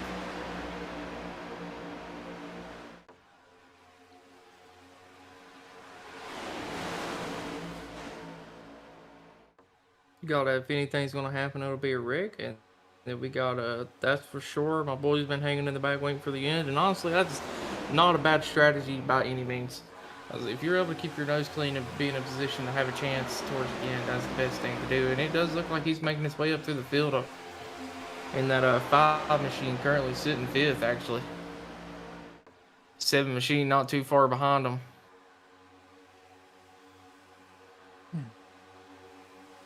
So they're in a very good spot as long as they can avoid any mishaps here.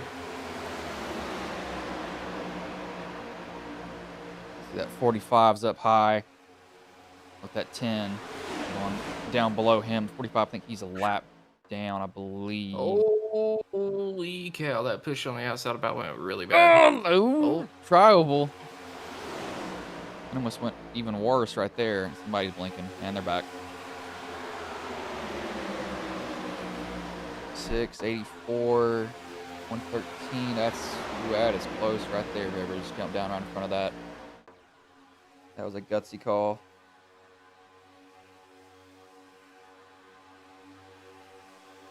You know who I'm really impressed with today? Steve Castle. He's been able to keep that car relatively clean and near the front almost the entire race here. I mean, he's doing an absolute phenomenal job out of the Racers Elite here. And that Joshua, he's honestly impressed me too. He's been up near the front almost the entire race. Yeah, it looks like right now Steve is going to be the highest running Racers Elite kind of regular that in the field right now.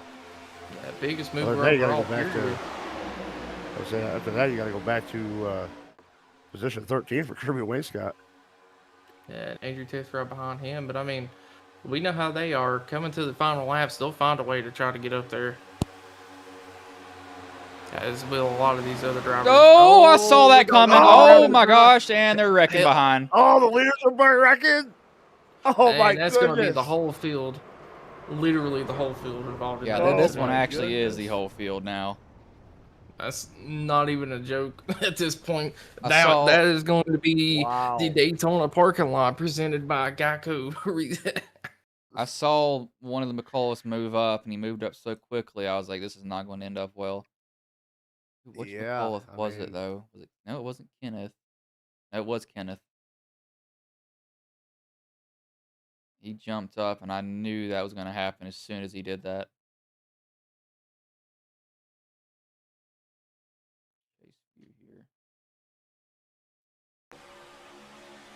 I saw that coming as soon as he jumped up. I think one of the questions that we have to ask now are how many guys are going to be able to finish this race. I'm seeing guys getting. Because I'm seeing guys getting removed for incident points here as well. So there is no way this 5 made it through without their. Oh my gosh! Look at this. Yeah, let's watch this here from the onboard of the 5 car.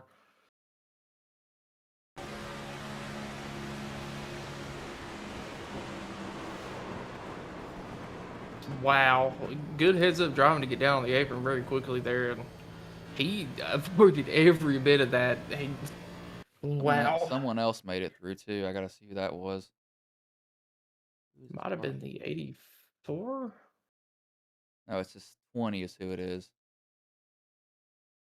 We'll go and look at him. Corey Crowell. Holy, that looks. Another one of the guys that shows up for a lot of these races here for Racers Elite. Man, if he Oh is my live, gosh, he definitely got a very great onboard. Jeez, the The Red seas Seas literally just parted for parted. him. And look at this. Literally opens right in front of him. I think I mean, that deserves wreck avoidance of the race right there. That definitely does. well, we'll be back after this caution here after everyone goes and gets their change of the pins and gets cleaned up because we definitely had the Code Brown moment here. Let's check out. There's another McKellar wreck. And how many are left after that wreck? There should still be quite a few cars left, but there are gonna be quite a few people with a lot of damage probably. I'll say right now, it looks like I'm showing the top 16 cars of being on the lead lap. Man, it's crazy to think we started with 40 cars. I don't even know how many are actually still running at this point. I was gonna say one thing I'm just now noticing too is after all this here, Mr. Racers Elite Super Speedway Professional Kensley Smith officially back on the lead lap here, right towards the end of this thing, running in P13. So we're gonna have to keep an eye out for him to see if he can make his way to the front of this thing by the end of it.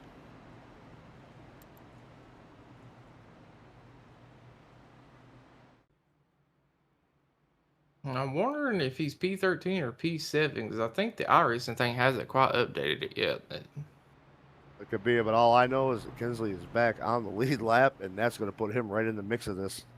And it looks like Cody Benelli is going to be directly starting on the outside of him here.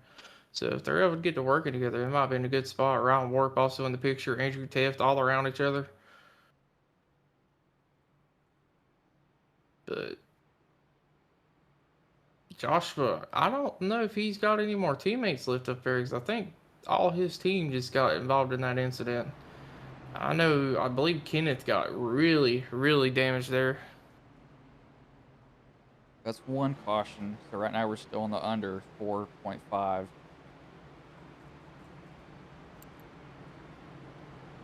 Yeah, we still got about 18, probably 17 laps to go when they cross the line.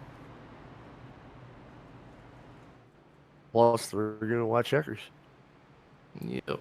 Hopefully we not have to use those. I remember I watched one stream. This is like 2 or 3 years ago. They were at Gateway.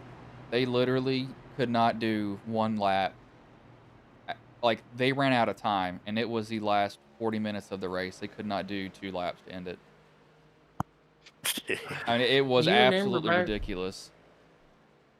You remember back when NASCAR didn't have like a set amount of restarts? Yeah, they could have won drivers a lot of races. Yeah, it was like unlimited attempts at the Green-White-Checkered. Gosh. It was go until you saw the white flag. That was it. Many attempts as it took until you saw the white flag. I've seen some crazy things during Green-White-Checkers. People that were almost about to run out of fuel and then somehow had enough fuel to do like 3 Green-White-Checkered attempts. And just stuff like that is absolutely insane. I don't understand that. Man, YouTube, can you quit giving me ads every 2 seconds? Like, Jesus.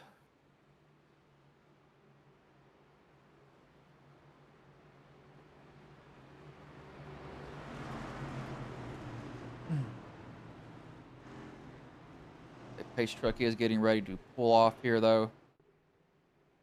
We got someone that says, one says over, so we're 50-50 on over-under. Yeah, I'm the over. I ain't even gonna lie about it. We got 12 votes, but green flag is getting ready to come back out here as it is back out. They will have 19 or 18 laps left here. And black flag already for Kinsley Smith. I don't know how he got one. He should not have one. That should be cleared. I believe up the passing or the yellow, it's probably going to be looked at and cleared here. We'll have to see what the race control decides to do. But yeah, it has been cleared already. Joshua continued to lead here. Austin Smith on behind him, giving him a good push. But Joshua doesn't have as much help as he did earlier, so We're gonna have to see how he does whenever he does have his team backing him here. Yeah, I'm gonna have to play defensive here. Man, is it? I mean, I'm still seeing smoke on the track from that last wreck. Yeah, it looks like Nah, it's they're probably just still driving through the rising. speedy dry. They're just going through that speedy dry.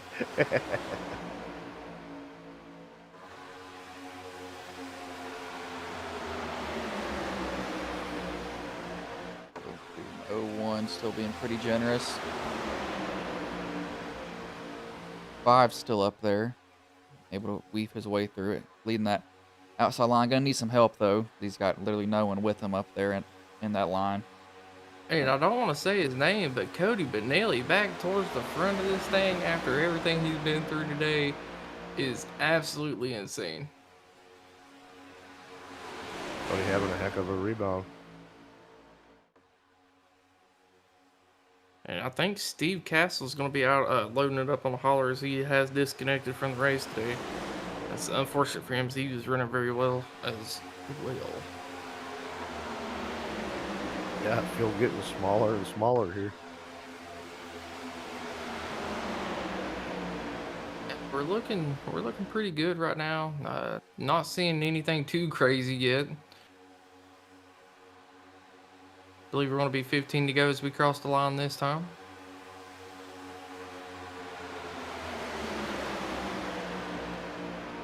Oh, that 5 is making his way up front a little, just really bit slowly. You got 15 yeah, 15 votes, 53% over, 47 under. Hopefully these guys prove us wrong then and we hit the under.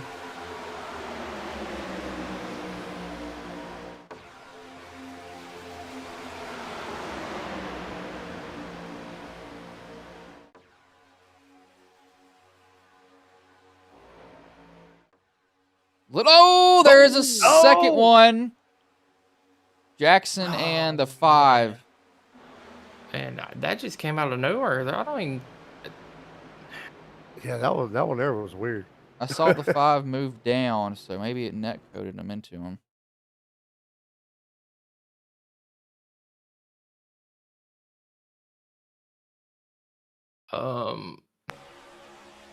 Looked like the 5 came down, went back up, and then Yeah, it came back down on him came again. up, and 5 went down at the same time. Just honestly, I'm gonna be blunt here. That was just an uncalled for caution there. Yeah, the That 5. definitely didn't need to happen. 5's toe links broke, so he might be out of it for him. Looking pretty bad on it. Well, you know, Joshua's got to be loving this right now. It gives him another chance to get a good restart and continue to be in the lead here. But That is true. how long are people gonna continue to let him keep the lead? I think someone just blew a motor. Heard that clear as day. Might have been on pits. Yes, it has to have been on pits because everybody else is under power.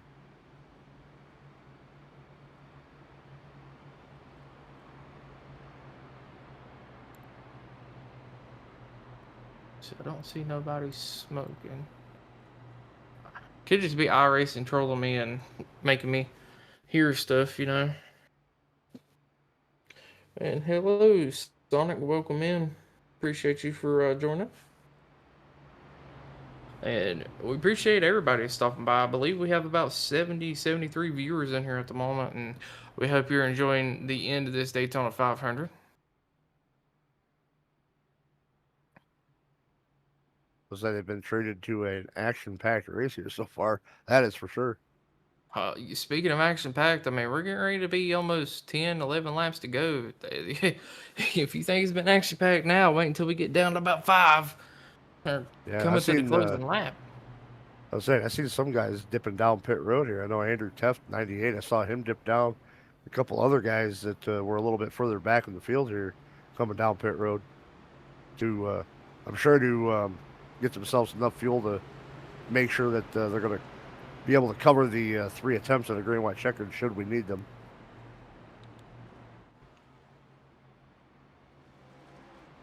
and maybe even potentially to get a small amount of damage fixed or something maybe we missed that happened there.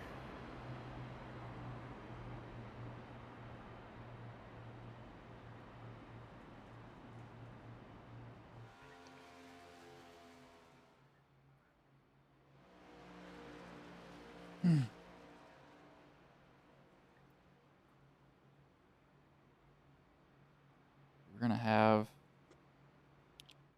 15 drivers in 13 or 14. 14 in contention. We got a lot of guys sitting on pit road getting damage fixed. So I don't know how this is gonna go.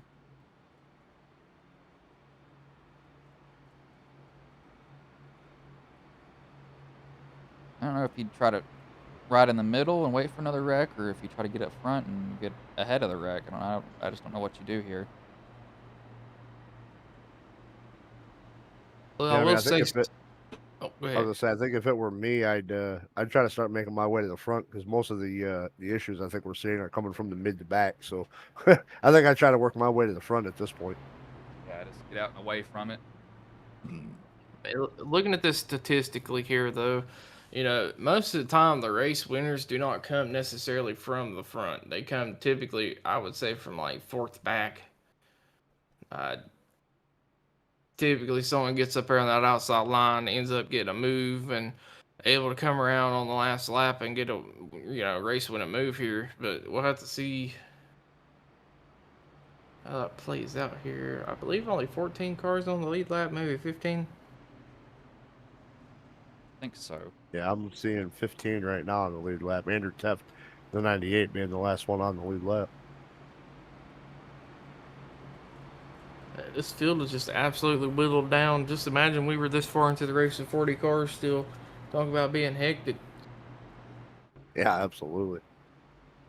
And we got Richard Yode saying sucks not being able to race this year, but it's been fun to watch.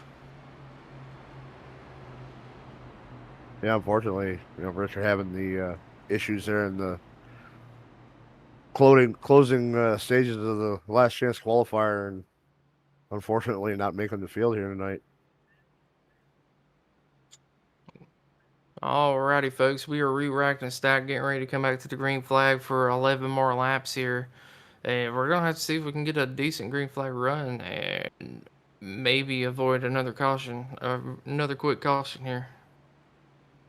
Let's say, where are we on the caution counter for the over-under at 2, right? Yeah, we're at 2 right Yeah, I think now. we're only at 2. So we need 3 more to hit the over, which is currently winning the poll.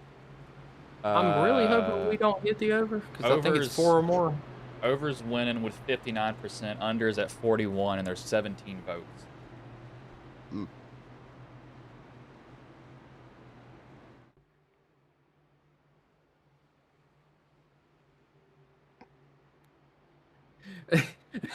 Oh,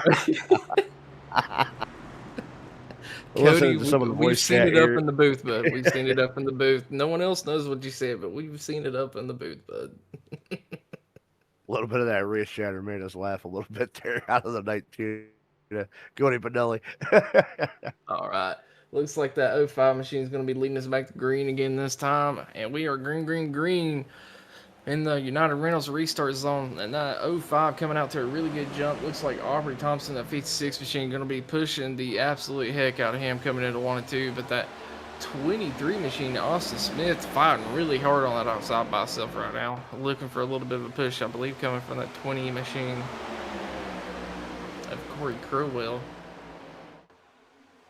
I would say we got a couple of the Racers Elite regulars up there, battling for a top spot. Got Corey Crowell right there They're about to wreck in again. that 20.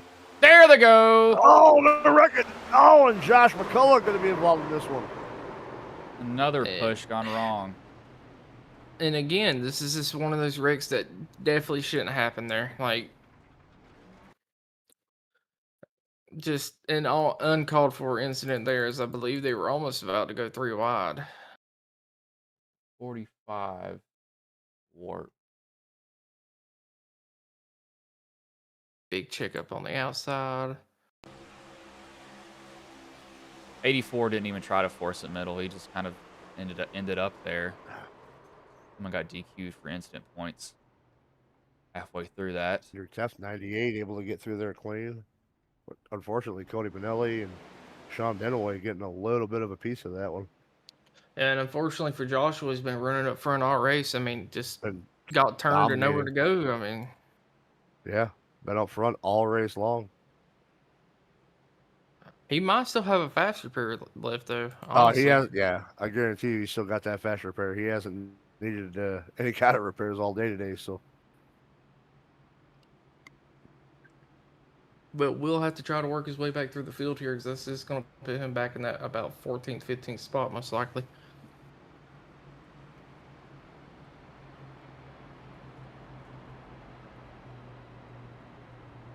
So let's see. it's going to be interesting to see if he's able to race his way back up here to the front.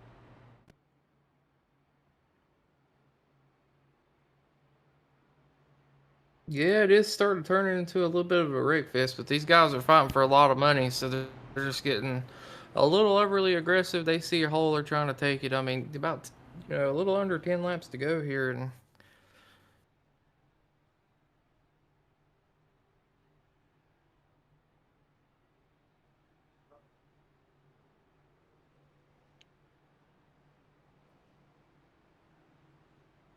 that whole incident started with the checkup there, and just absolutely nowhere to go.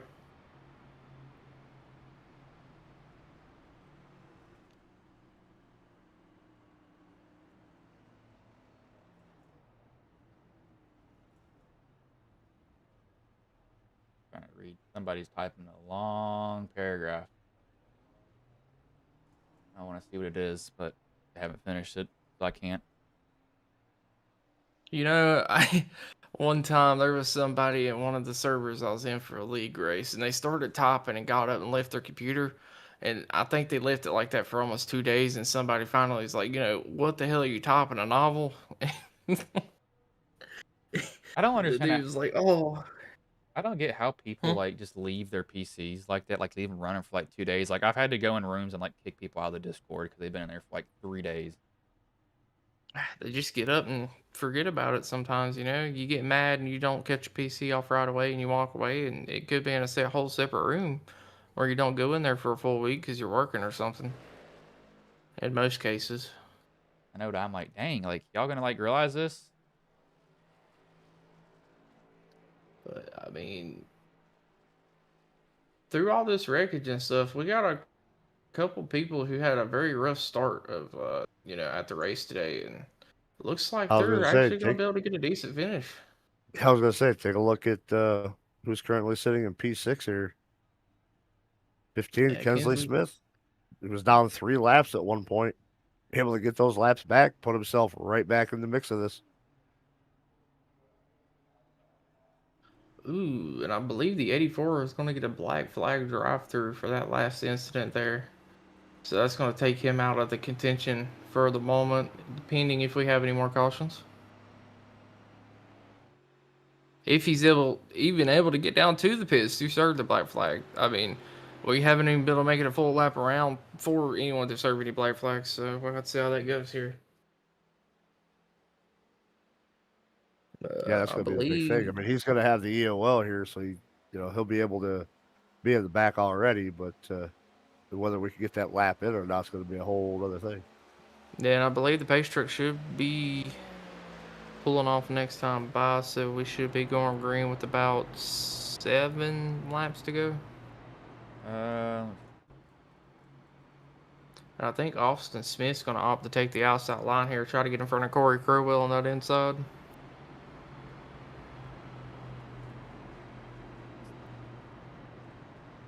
Yeah, they'll have 6 laps to go.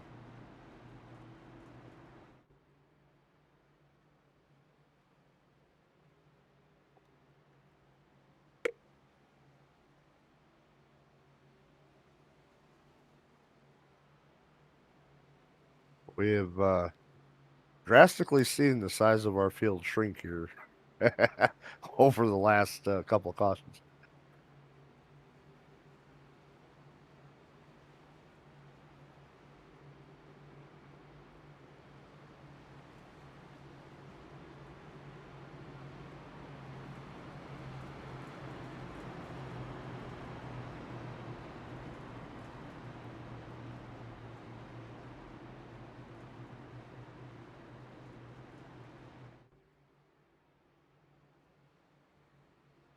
Race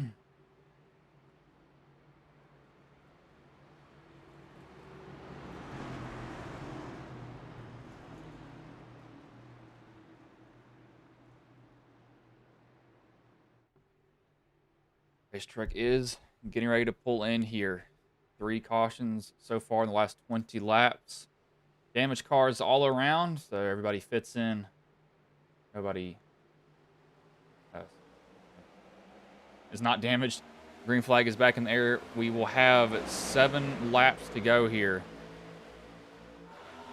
Yeah, with there only being 14 cars in this lead pack, I feel like there should be no possible way we are not able to make it a full lap around here. You're gonna jinx it. As Andrew Teff leading the charge on the outside, and that 98 machine being pushed by Ryan Warp in the 45. It looks like the 56 is going to be sending it 3 wide here. I believe that is the 05 possibly going with them. So it's going to be Audrey Thompson and Josh McCollum.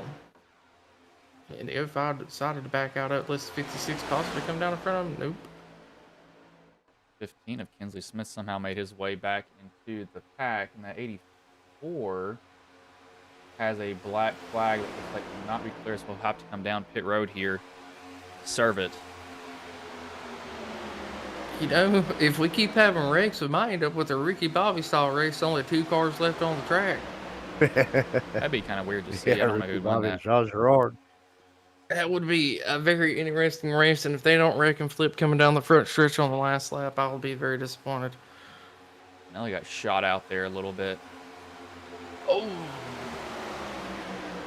Look at that 05 and 56 making that outside line absolutely work just with 2 cars at the moment.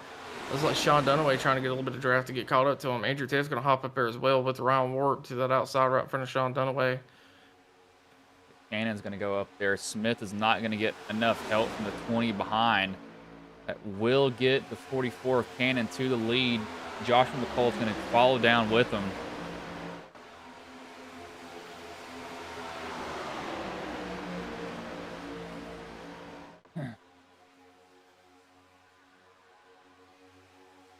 Only about 13 cars in this pack right now, as the one had to go down to serve a black flag. They're coming 2-4 to go, too, so you're the 20 and the 23. Even the 56, when do you plan your move? Andrew's got some heavy front-end damage. I don't think he'll be able to lead that outside line up there on his own. He'll need some help. Yeah, he really needs to let Ryan Warp get ahead of him here, honestly, with the front-end damage he's got. He kind of needs to be in the middle between Sean Dunaway and Ryan Warp. Looks like Kingsley Smith's going to hop up there, so that'll help them out a little bit. Yep, he's got no help behind, though. That's his issue. He needs to get some help behind him. If he gets that, then he should be fine. That Cody Bonella jumped up there right there behind him. Yeah, You're gonna need more than just them two. Well. Ryan Warp finally getting attached to him here. 56 hopping up there in front of Kinsley Smith. I'm imagining Sean Dunaway and possibly Andrew Tett's going to hop up there to the outside as well. But they could just be waiting, as I believe we were crossing the line for 3 laps to go this time. So we might actually hit under on this vote here. 6 still getting a shove from that 15 up high. Pretty good run, too. Getting a decent shove all throughout. A little bit of wiggle there. Able to keep it up under McAuliffe. And the there 44. goes the 44. He's going to save it, though. We're going to stay green. McAuliffe. Nope. He's going around on the apron into the wall, I believe. No, he kept it out of the wall. But he's coming back up onto the track here. Gonna keep it saved. We'll put Aubrey Thompson back to the lead of 23 of Austin Smith down there right now. Coming to 2 to go. White flag, and then the next flag ends it after this lap, and the next flag is the white flag, and then, of course, whatever happens after that is what I meant to say. So going back and looking at that incident, it looked like the 05 got a shot from the 23. It sent him up the track a little bit. 44 tried to come up and block him, and got into him, put him into the wall. It sends the 44 down onto the apron, and just not what you want to see there. 56 is trying to hold off this 23. that 20 can get free of that 15 on his outside, he might have a shot to go and win it. He's clear now, so if he's going to make a move, he needs to go up. I'd almost go up if I was at 20. 23's got heavy damage. If you get a big run, take it. See if the 15 will go with you. Or you can back up to the car behind you. It's just what do you want to do? You've got so many options here. As we are on the white flag here, so there should be no more cautions. Looks like 56 has got the race in the bag at the moment, so unless someone can get something going on the outside, Kingsley Smith trying everything, but not really having any help from that 19 machine to push him at the moment. Looks like 20 is There going to comes come up in Corey. front of the 15. Someone else is moving up as well, that 23. They're going to hang this 56 out to dry. They're going to make a move. That 56 is doing a good job blocking, though. Didn't throw an That's aggressive going to allow block. for the 15 to get around the 20. Kingsley Smith up to third. Oh, they're going to set him up here. Actually, I don't know. Kinsley, if he can get clear, that 56 wins it. That's going to be because of that block that he threw. He threw an absolutely perfect block. Oh, Gonna be they're one more wrecking. move. He One more saves it. move down to the line. He spun across, and he'll Oh, 23 finish. wrecks the 56 Wait. for the win. Now, if they go back and review that, I think Kingsley Smith might have just finished second there, so Kingsley might end up winning. But it's going to depend on what they decide with that 23. I don't know. Yeah, so we're gonna have to wait for the official word from race control as to what this finishing order is going to be. I don't know. I feel like that. I mean, I ain't gonna lie, I chalked that up to a racing incident. It kind of looks like 23 was trying to go to the inside and the 56 trying to come down the block and just unfortunately spins the 56 around there. Well, he's trying to block high and low. He's trying to fake him out. Like the way he's moving his wheel, he doesn't want him to go. Yeah, he. Got to look cockpit here. I don't know how this finishing order is going to go. He tries to fake it. Well, as of right now, your top 5 order is Austin Smith, Kingsley Smith, Corey Crowell, Arbery Thompson, and Richard Elliott. But after, we will have to wait for race review to be 100% sure. But how do y'all feel about going and taking a pretty good look at the last couple laps, maybe look at speed through it? I don't know. I'm trying to listen to this 23's pedal right now. I mean, he lifts and he gets back in. 56 is throwing a block there. That's the thing. He threw 2, and I don't know what to do. Go from the white flag on here. This is the white flag. This is the last lap. Yeah, I want to see what happens between the 05, I believe, and the, or was that the lap before? I think that was the lap before. Yeah, the Never lap mind. before, but this 56, he throws a really good block down the backstretch here. He doesn't, like, he tried this. This is what he tried to start finish line, and it didn't work. You can watch him. He throws a good one here. Throws a good one here. This is where he throws his best one, if I had to guess. Right here is where he does it. He fakes him out and is able to just stay right in front of him. Doesn't cut him off. Doesn't do anything like that.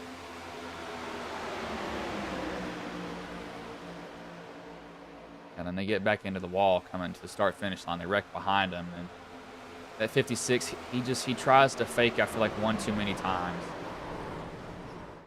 I mean, honestly, I can't put that on the 23 there that it's his fault. I mean, that's kind of a racing incident. He's trying to block 23, just happened to have a little bit of his nose in there. And I mean, that's part of racing.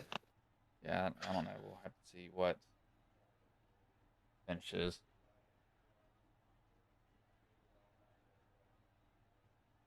I mean, even if he did let the 23 to get to his inside, I think he still would have crossed the line before the 23. So, Yeah, he would. I mean, necessarily, he really didn't need to block there. Yes. But, you know, I do want to point out what a job from Kingsley Smith going completely sideways and able to save that thing to bring it home, I believe, P2. Wait here.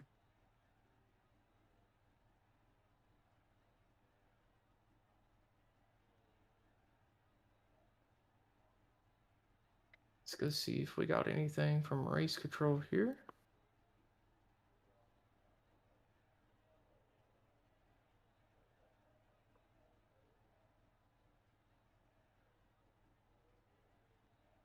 Well, buddy, I mean, we do got the top three in the booth. You want to go ahead and try to do interviews right quick? I guess might as well bring in Corey here. Hey, Corey, this is Bryson Dakota in the booth. Got a copy, man? How you guys doing? And so been racing since, or y'all been racing since 7 o'clock. It's 10:35 now. It's got caution filled there towards the end, but what was going through your head that last lap? Because that was interesting lap there, especially coming to the start finish line. Yeah, I don't know if I took a breath at all or blinked an eye. It was chaos. There was at one point, Kinsley's car I could see coming through my car, coming the tri-oval. Yeah, so P3, man, that's awesome. And, so how did the race go for you overall, though? Because it seemed like you qualified 13th. You were kind of middle pack most of the time, it seemed like. And then, towards the end, you found your way up towards the front. Yeah, my teammates kept saying, you're that lucky horseshoe you got, because it seemed like every incident was directly behind me or right in front of me, and I was able to escape through it. But yeah, started 13th, and then I don't know, it seemed like I was just all the way in the back just from all the checkups on the outside. And then once we got back up to the front, we were able to manage it. The checkups weren't as bad. But yeah, I don't know. It was a long race for sure. Yeah, it definitely was a long race. So how were drivers from, your point of view? Do you think that there was just too much shoving? Especially early on, I felt like they were really aggressive when they just didn't need to be.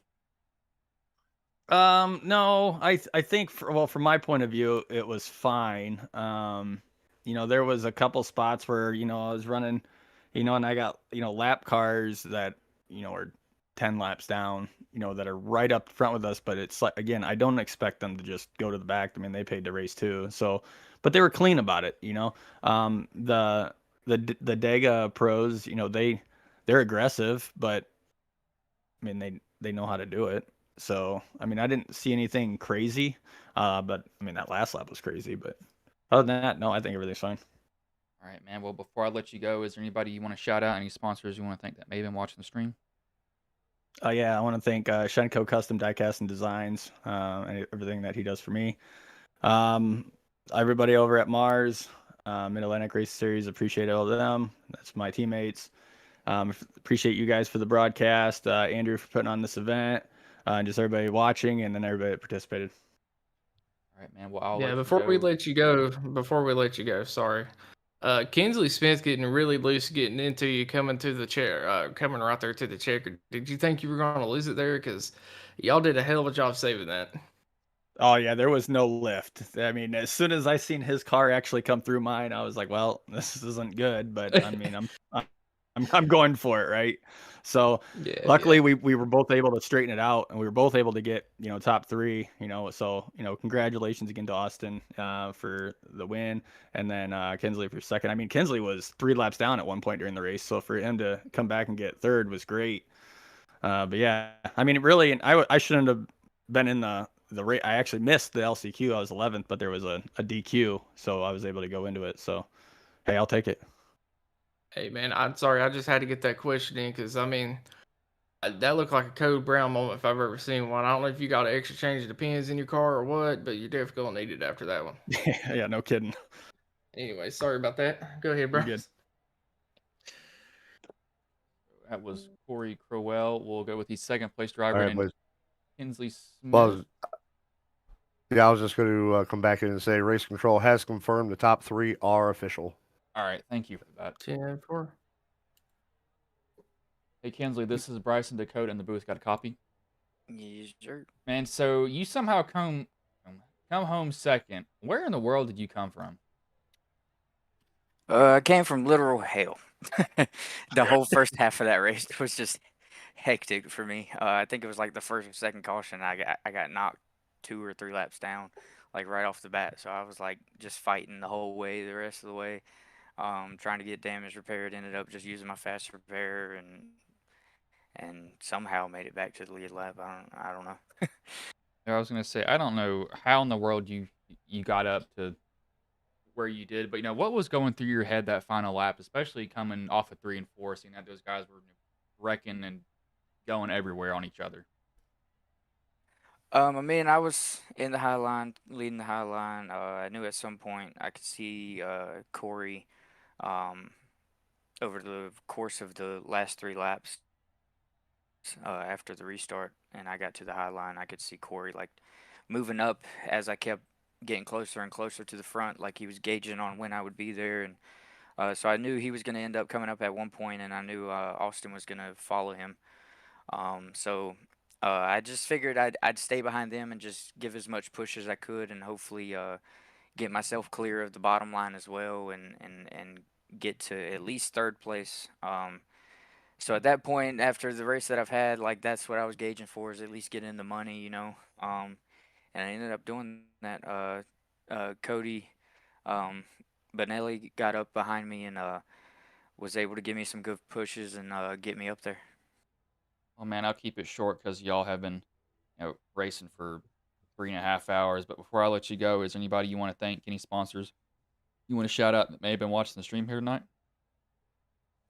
Of course, you guys in the booth, and all the guys that have been in the booth all day long. Without you guys, this would not have happened. You guys do an amazing job, each and every one of you that were here today, and rewatching these. I already rewatched Heat 2, so that was a fun one to rewatch.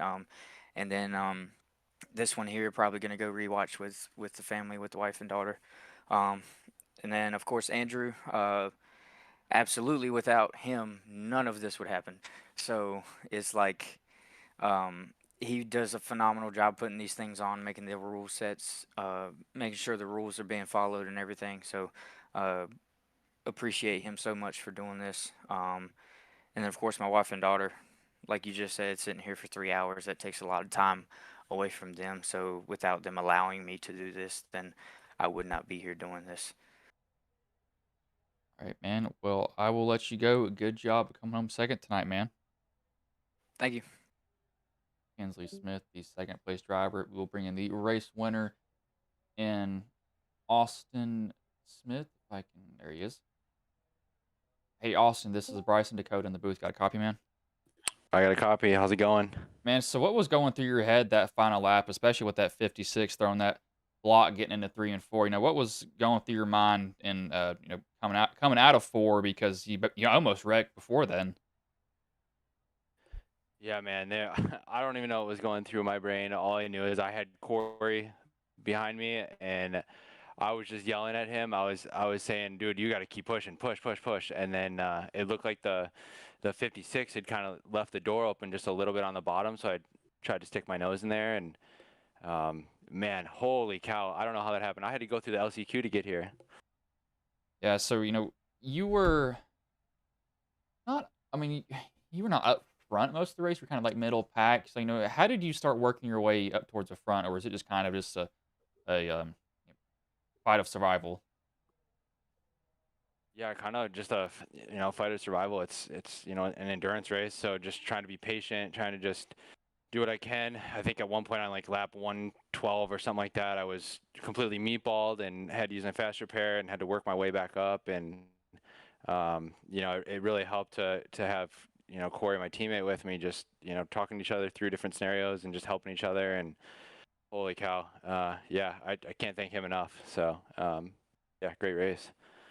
Man, well, I'm going to keep it short before I let you go. Is there anybody you want to thank, any sponsors you want to shout out that may have been watching the stream here tonight? Yeah, I just need to shout out to Andrew for putting all this stuff on. If he doesn't organize the stuff and handle everything, it just doesn't happen. It's so much fun. So thank him. I need to thank my teammate. Both of them. Corey and Brandon. They were with me and kind of talking and just helping me through it. So always thank them. And yeah, thank you guys for putting on a great broadcast and sticking in there all day through the heat races, LCQ, and the feature. All right, man. Well, I will let you go. Good job coming home with the win tonight, man. Yeah, thank you so much. It's Austin Smith, the race winner. Oh, only go over the top 5. Austin Smith with the win. Kinsley Smith second. Third, Corey Crowell. Fifth, Aubrey Thompson fifth. Or fourth, Aubrey Thompson fifth. Richard Elliott sixth. Robert Mitchell seventh. Andrew Teth eighth. Danny Jackson ninth. Sean Dunaway, and 10th was Ryan Warp. What did you guys think of the race, though? I mean, it seems like it was aggressive all throughout. Maybe a little bit too aggressive from my perspective. I mean, I will say it was a little aggressive early, but I mean, we kind of respect that. It's money racing. It's a typical type of racing. Some people don't like it. Some people do. I mean, that's just part of the thing. If you don't like it, you don't have to show up to the next one. I mean, just gonna be blunt about it. Yeah, absolutely. I mean, it was it was aggressive there early on, and then things kind of calmed down, and then we saw that aggression pick up again at the end, and there's already stuff going off in the Discord, a little saltiness, but that's kind of what happens when you come out big money racing sometimes, and I'm guarantee you, we throw up a race like this here again, guys will show back up either way. So I had fun all day long here with you, Dakota, and Bryce for Yes, this sir. race, and Mike Pryor. It's been a lot of fun, and man, look forward to doing this again. Congrats to the top three there on a hard fought top three for Austin John Smith, Kinsley Smith, and Corey Crowell. Great job by them guys making it to the end of this thing, and man, looking forward to the next one. Well, I'm not going to keep y'all here any longer, so I will let you all go.